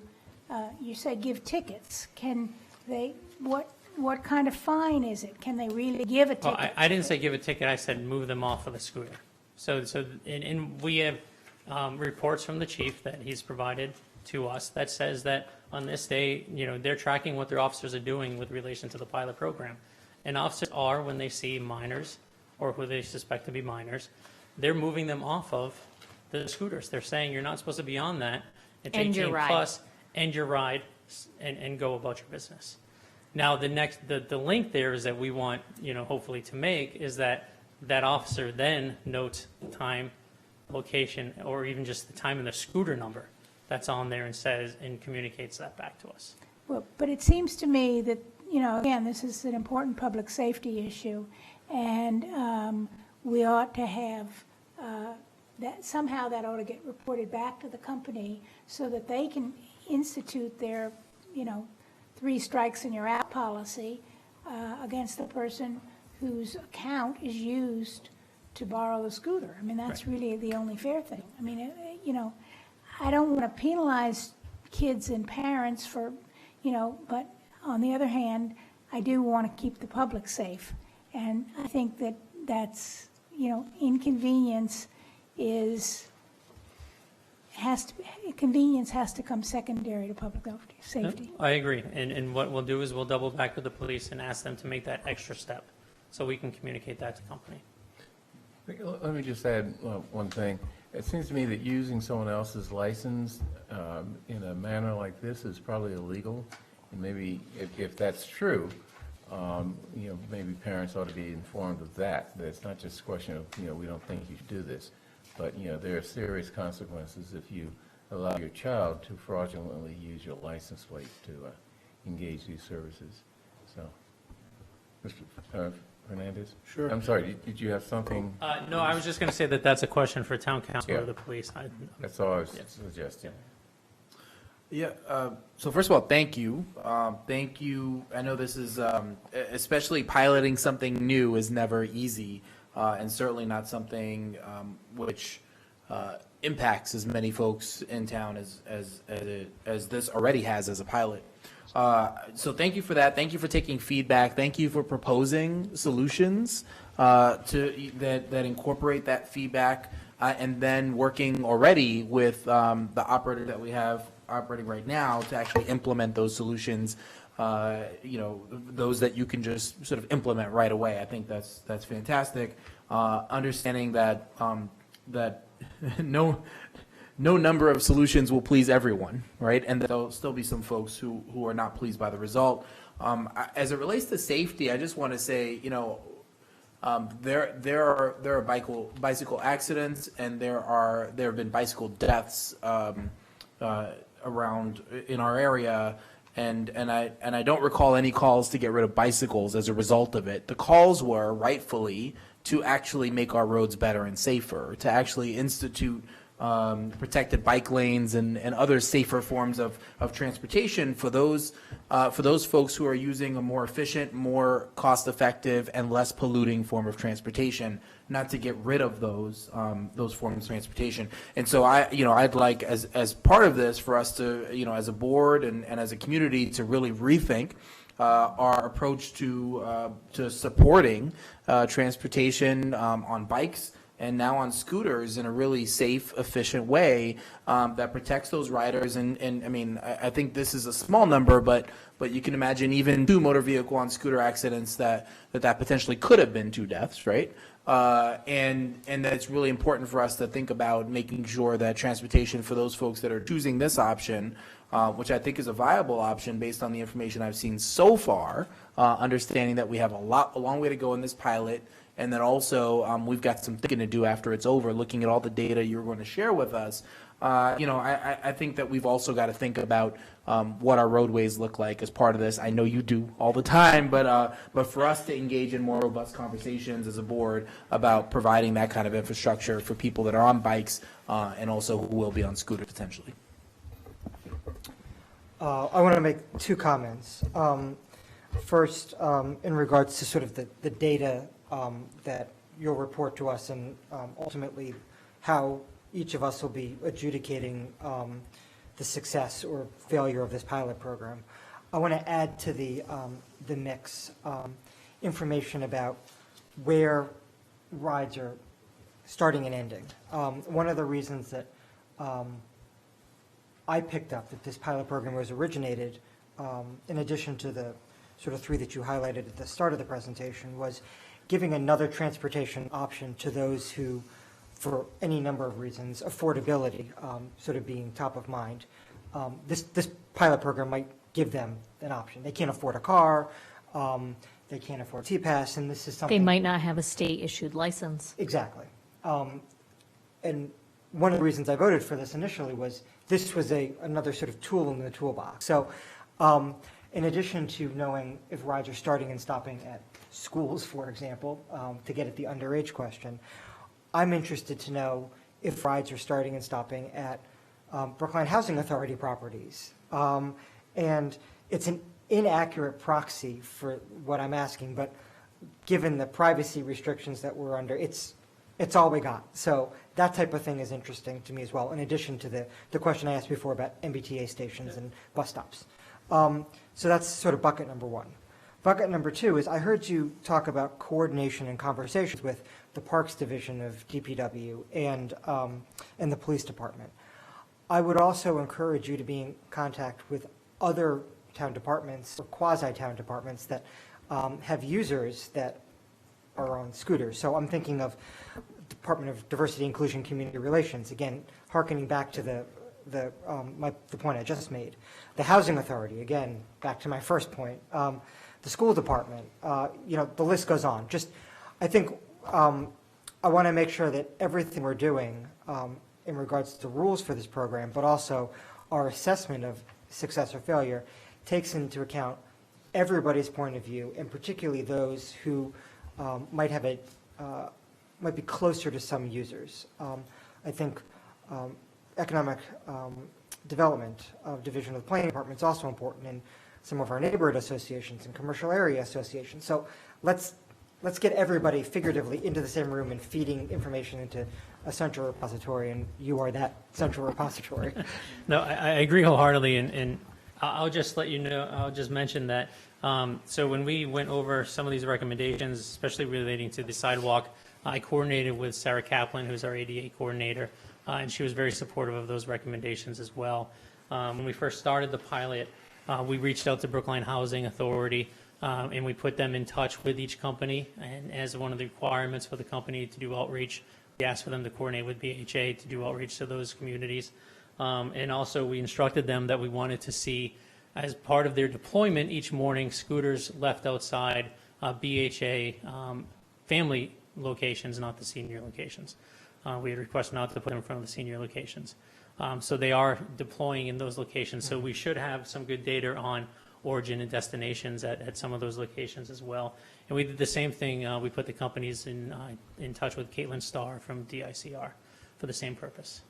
But we'll continue doing that and working with our partners. I have one more. Heather made a comment which triggered another issue for me, which was that if some people are riding these because they may not have a car, they may not have a driver's license, they don't know how to drive a car. And I'm wondering whether that makes sense in that we're asking people to obey the rules of the road. And if they've never taken driver's ed or they haven't gotten a license and gone through the process of knowing what the rules of the road are, how can we expect them to obey the rules of the road? So it occurs to me that if people don't sign up with a driver's license, that the company should be asking them, have you ever taken driver's ed? I mean, they're signing up with a passport. So, you know, the company should be able to identify people who are not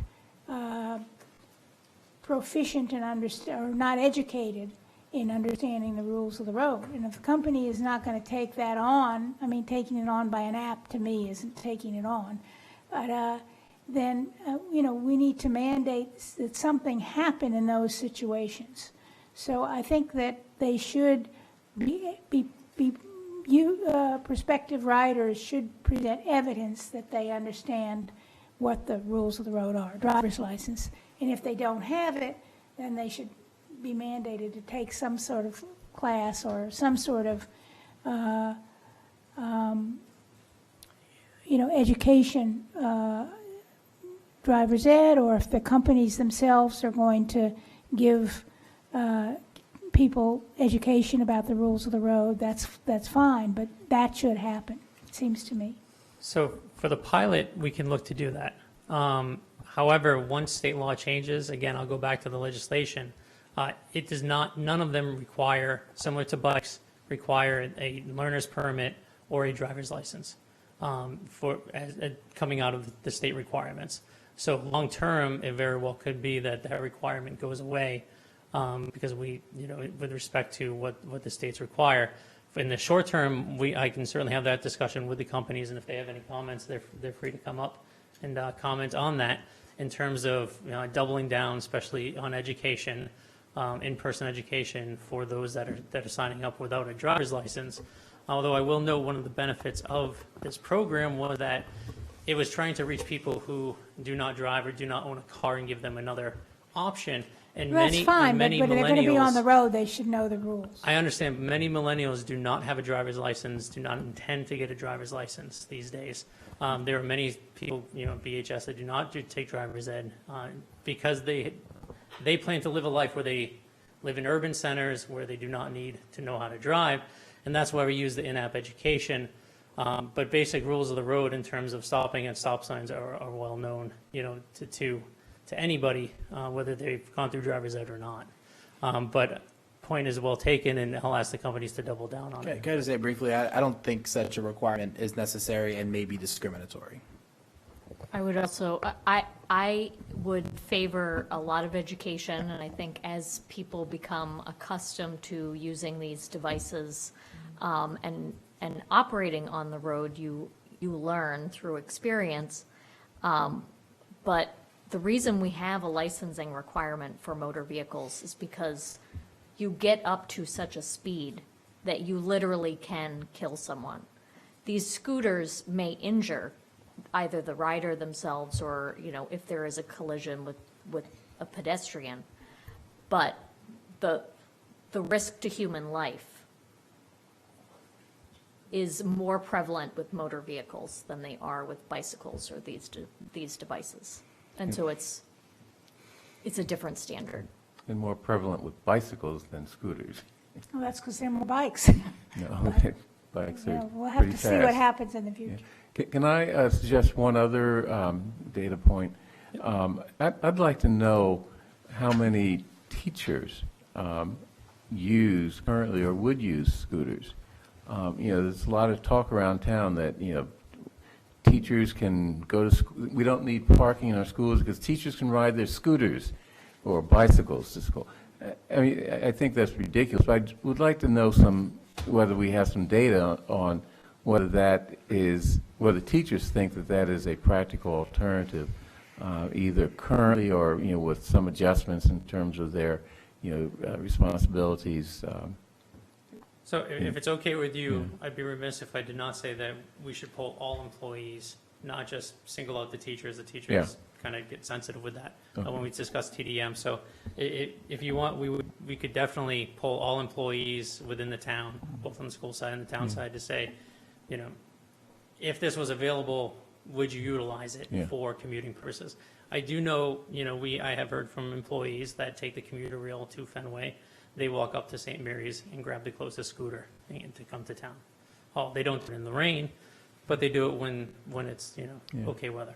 Well, I was thinking about teachers because when my mother was a teacher, she toted around a ton of stuff.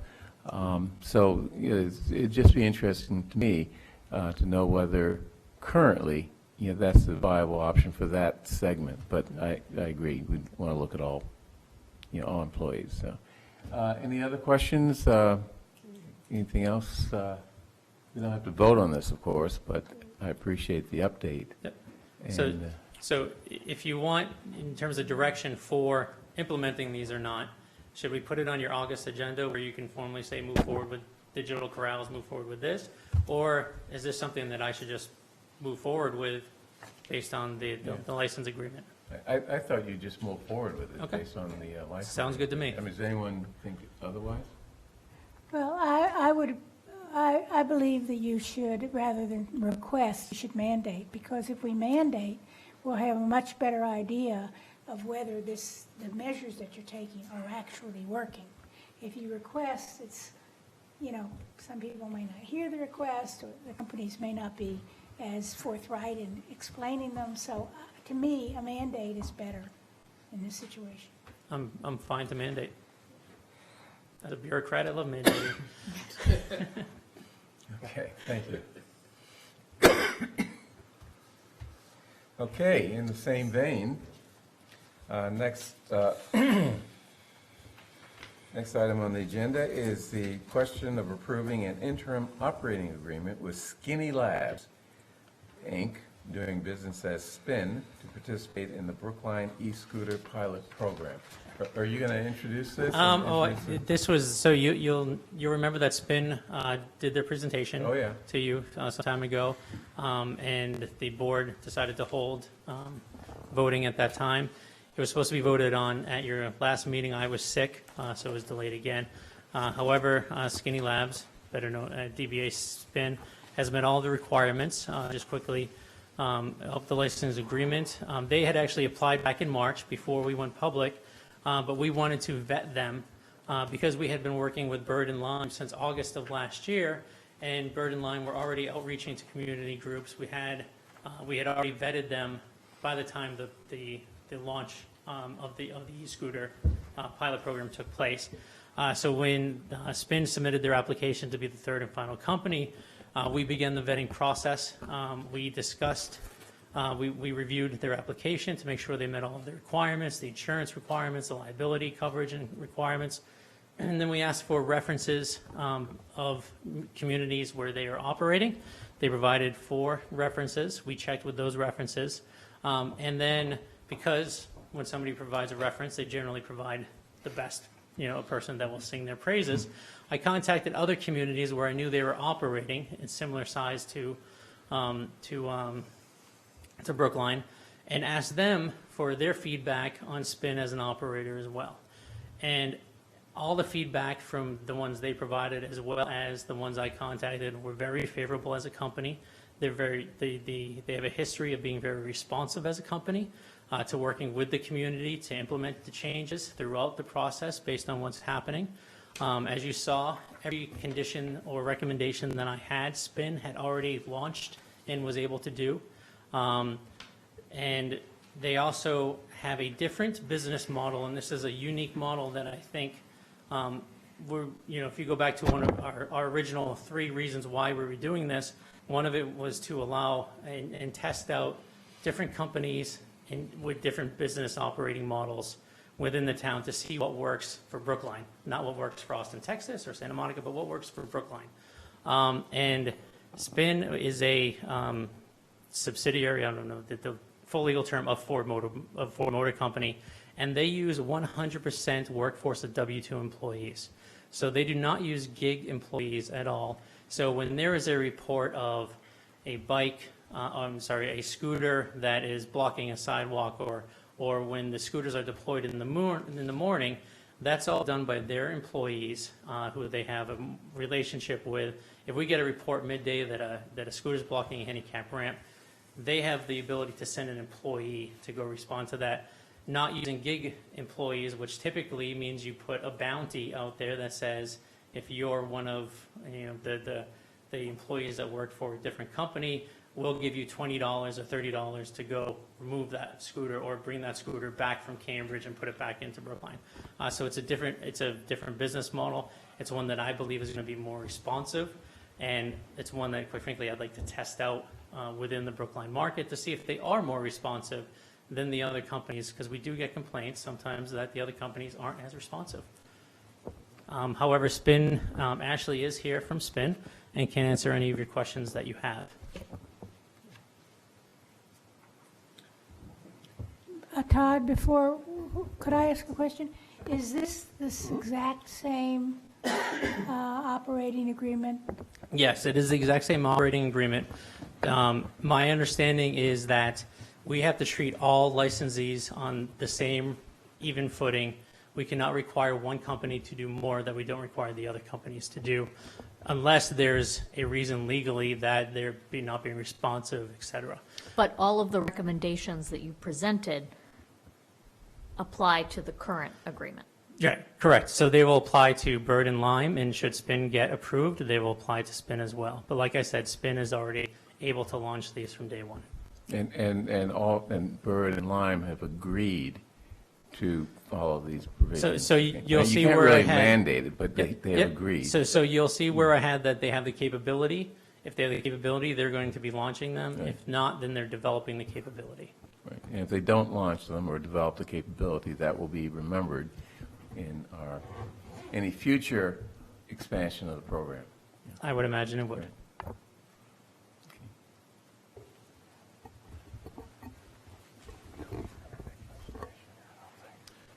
Welcome back. Thank you. Good to see you all again. Good evening. Ashley Brown, for those who I have not had the pleasure of meeting yet.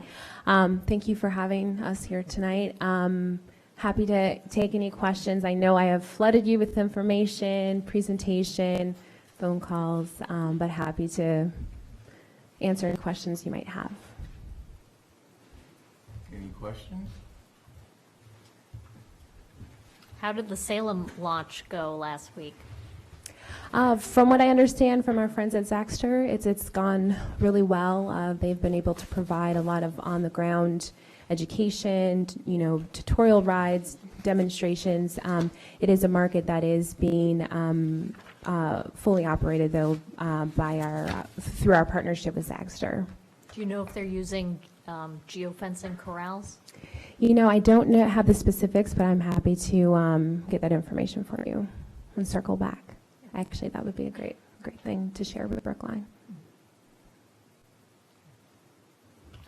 Well, I'd like to say that adding SPIN to the program for the reasons that Mr. Crane indicated, I think would be a big improvement to the program. It would provide another company that has different capabilities to sort of model those capabilities to the other firms, and to give us a good or better sense of what we should be looking for in a permanent program.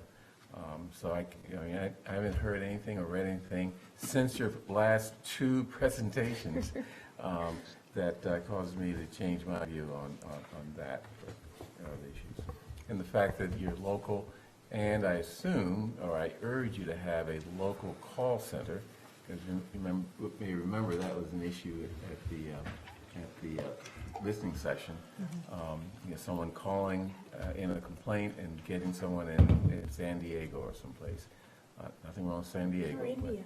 Or India, right.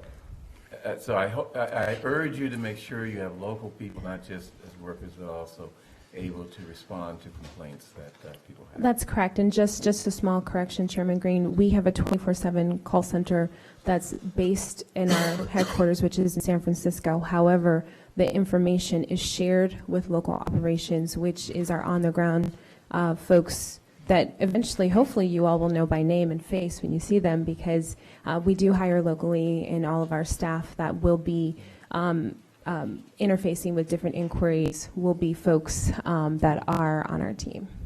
Just remember, having someone in California, not Boston, is a touchy issue for at least one person in town. Yeah, no, I understand. I just wanted to be transparent, so you knew that. I appreciate that. Yeah. So, any other questions? Well, so, Can I- go ahead. No, I don't want to. It's brief, and it actually might be, I think it's actually for Todd. Can you just tell us, I don't know if I heard this in the presentation, how many scooters we have on the roads now, and with the addition of spin, what the new number would be? Sure. So we have 300 on the road right now based on usage. You'll remember that Lime started with 100, Bird started with 100, and based on their usage, they're allowed to up it in increments of 25. Lime is currently authorized to operate 175. Bird's authorized to operate 125. So we have 300 on the road right now, and we're still seeing per scooter usage on average over 4 rides. And spin would add? And spin would add 100 to start, just like every other company, starting at the same footing. And then based on their usage, they would be able to ramp up at the same 25, provided they reach that 3+ rides on average per day per week. That's it. Thanks. Do you have a question? Yeah, but you do your question. Well, so I wanted to just explain my vote. I feel like I'm in a little bit of a pickle here. I think the pilot program needs some changes, and I think what we talked about tonight is a good first step. But so that's one side of the equation. The other side is, I think Mr. Corain's rationale for wanting to add spin is compelling to me. It's a different model, and I think we'll learn some things. I've also been convinced that spin is very responsive, not only based on your presentations to us, Ashley, but also based on checking in the references. So I sort of feel like I'm getting pulled in two different directions. I am just not comfortable voting to add spin against the context of a pilot program that I don't think is, I don't think would be successful adding another company. I think it's just going to exacerbate a situation that at the very least we've heard some complaints about. So I'm going to just sit on the fence here. I think there's, in my mind at least, a lot of good reasons to vote for spin, but I think the current situation is a little bit chaotic, maybe more than a little bit chaotic, and I'm not comfortable adding another operator to the mix until I see the impact that these proposed changes are going to have. So I'm just going to abstain. Okay. I also plan to abstain. I'm in agreement with Ben that we're just not there yet. I'm happy that this agreement doesn't reflect, all of the agreements don't reflect the mandates and the changes that you want to make. So I'm very concerned about it. I want to see that the changes that you're going to make are really going to make a difference before we start adding more and having more traffic and more problems. Okay, I move the question of approving an interim operating agreement with Skinny Labs, Inc., doing business as Spin, to participate in the Brookline e-scooter pilot program. Mr. Franco. Abstain. Ms. Heller. Abstain. Ms. Hamilton. Aye. Mr. Fernandez. Aye. And chair votes aye. Congratulations. Thank you. Thank you. Thank you all so much. Okay, next, boards and commissions appointments. Yes. Over. Mr. Chair, we have three boards and commissions for your consideration this evening. The first two are pretty straightforward. The vacancies match the members who are interested in being appointed, or in this case, reappointed. So on the Human Resources Board, I'm going to call out two names for reappointment. Beth Venti. Aye. Lori Cawthorn. Aye. Moving on to the trustees of the Walnut Hills. Unfortunately, in this case, we don't have enough, we're going to have remaining vacancies on this board, but in any event, we have three individuals who are current members who are, whose terms are up, and they have all expressed interest in being reappointed, and there are no others. Even so, after voting these three in, we'll still have two vacancies. So a word to the public that we're looking for trustees of our cemetery. So I'll call the names out. Bob Cook. Aye. Gerald Hayes. Aye. And Peggy McGuire. Aye. Okay. Now, the next one is the naming committee, and this is a little bit more complicated because we recently had a change in the bylaw for this particular committee. And what the change did is it added a designated member from the Diversity Commission, and Mr. Cawthorn, Malcolm Cawthorn, has been designated for that purpose. But it also gave the board the discretion of adding an additional member that it could appoint to the committee. Right now, the bylaw says you could have five, or no less than five, or more than seven.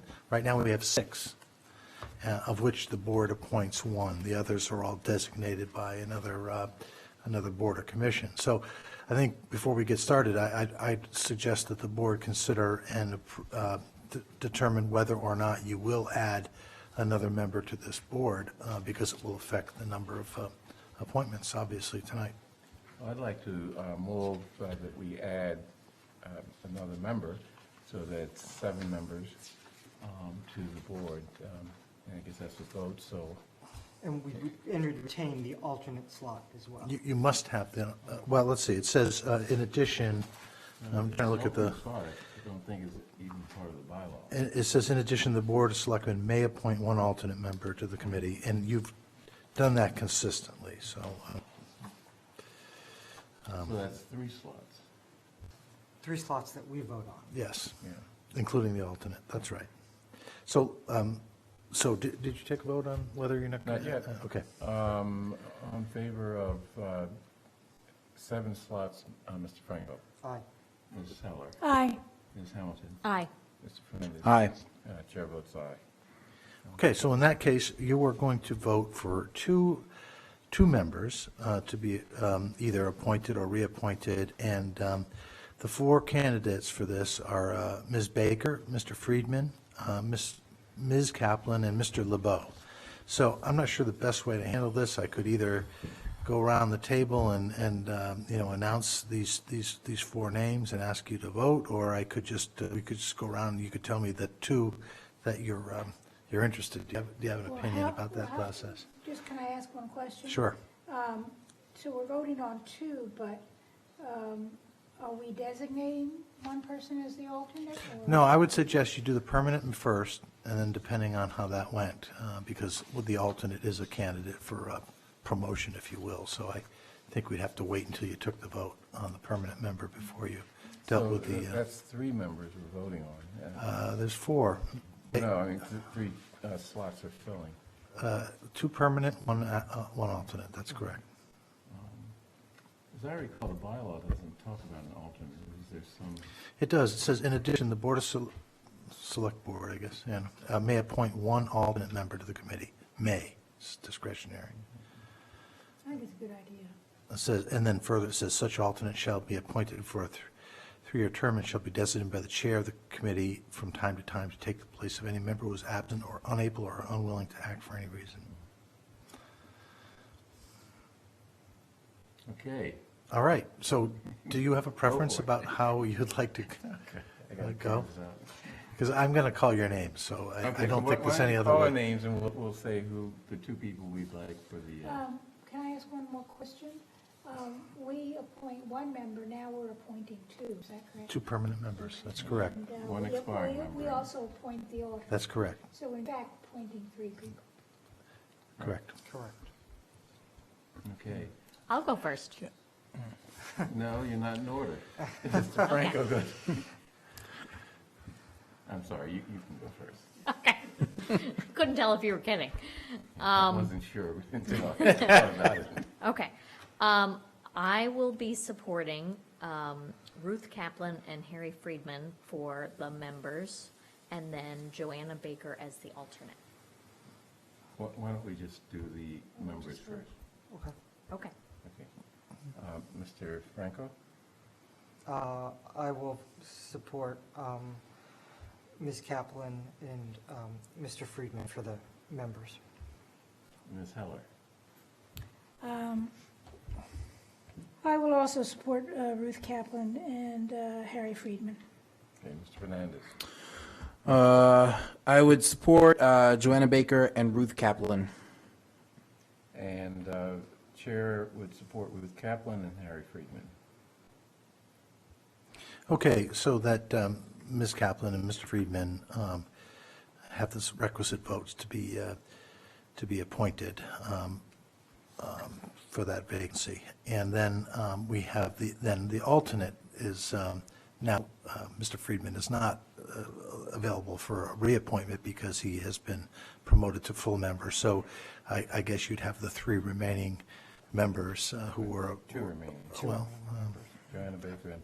yeah, that is correct. 4 minus 2. So for the alternate member, why don't we Mr. Franco? do the same? I would support Joanna Baker. Ms. Heller? Joanna Baker. Ms. Hamilton? Joanna Baker. Ms. Fernandez? Joanna Baker. And Chair abstains. So Joanna Baker is the alternate member. Congratulations. All right. Oh, you're here too, huh?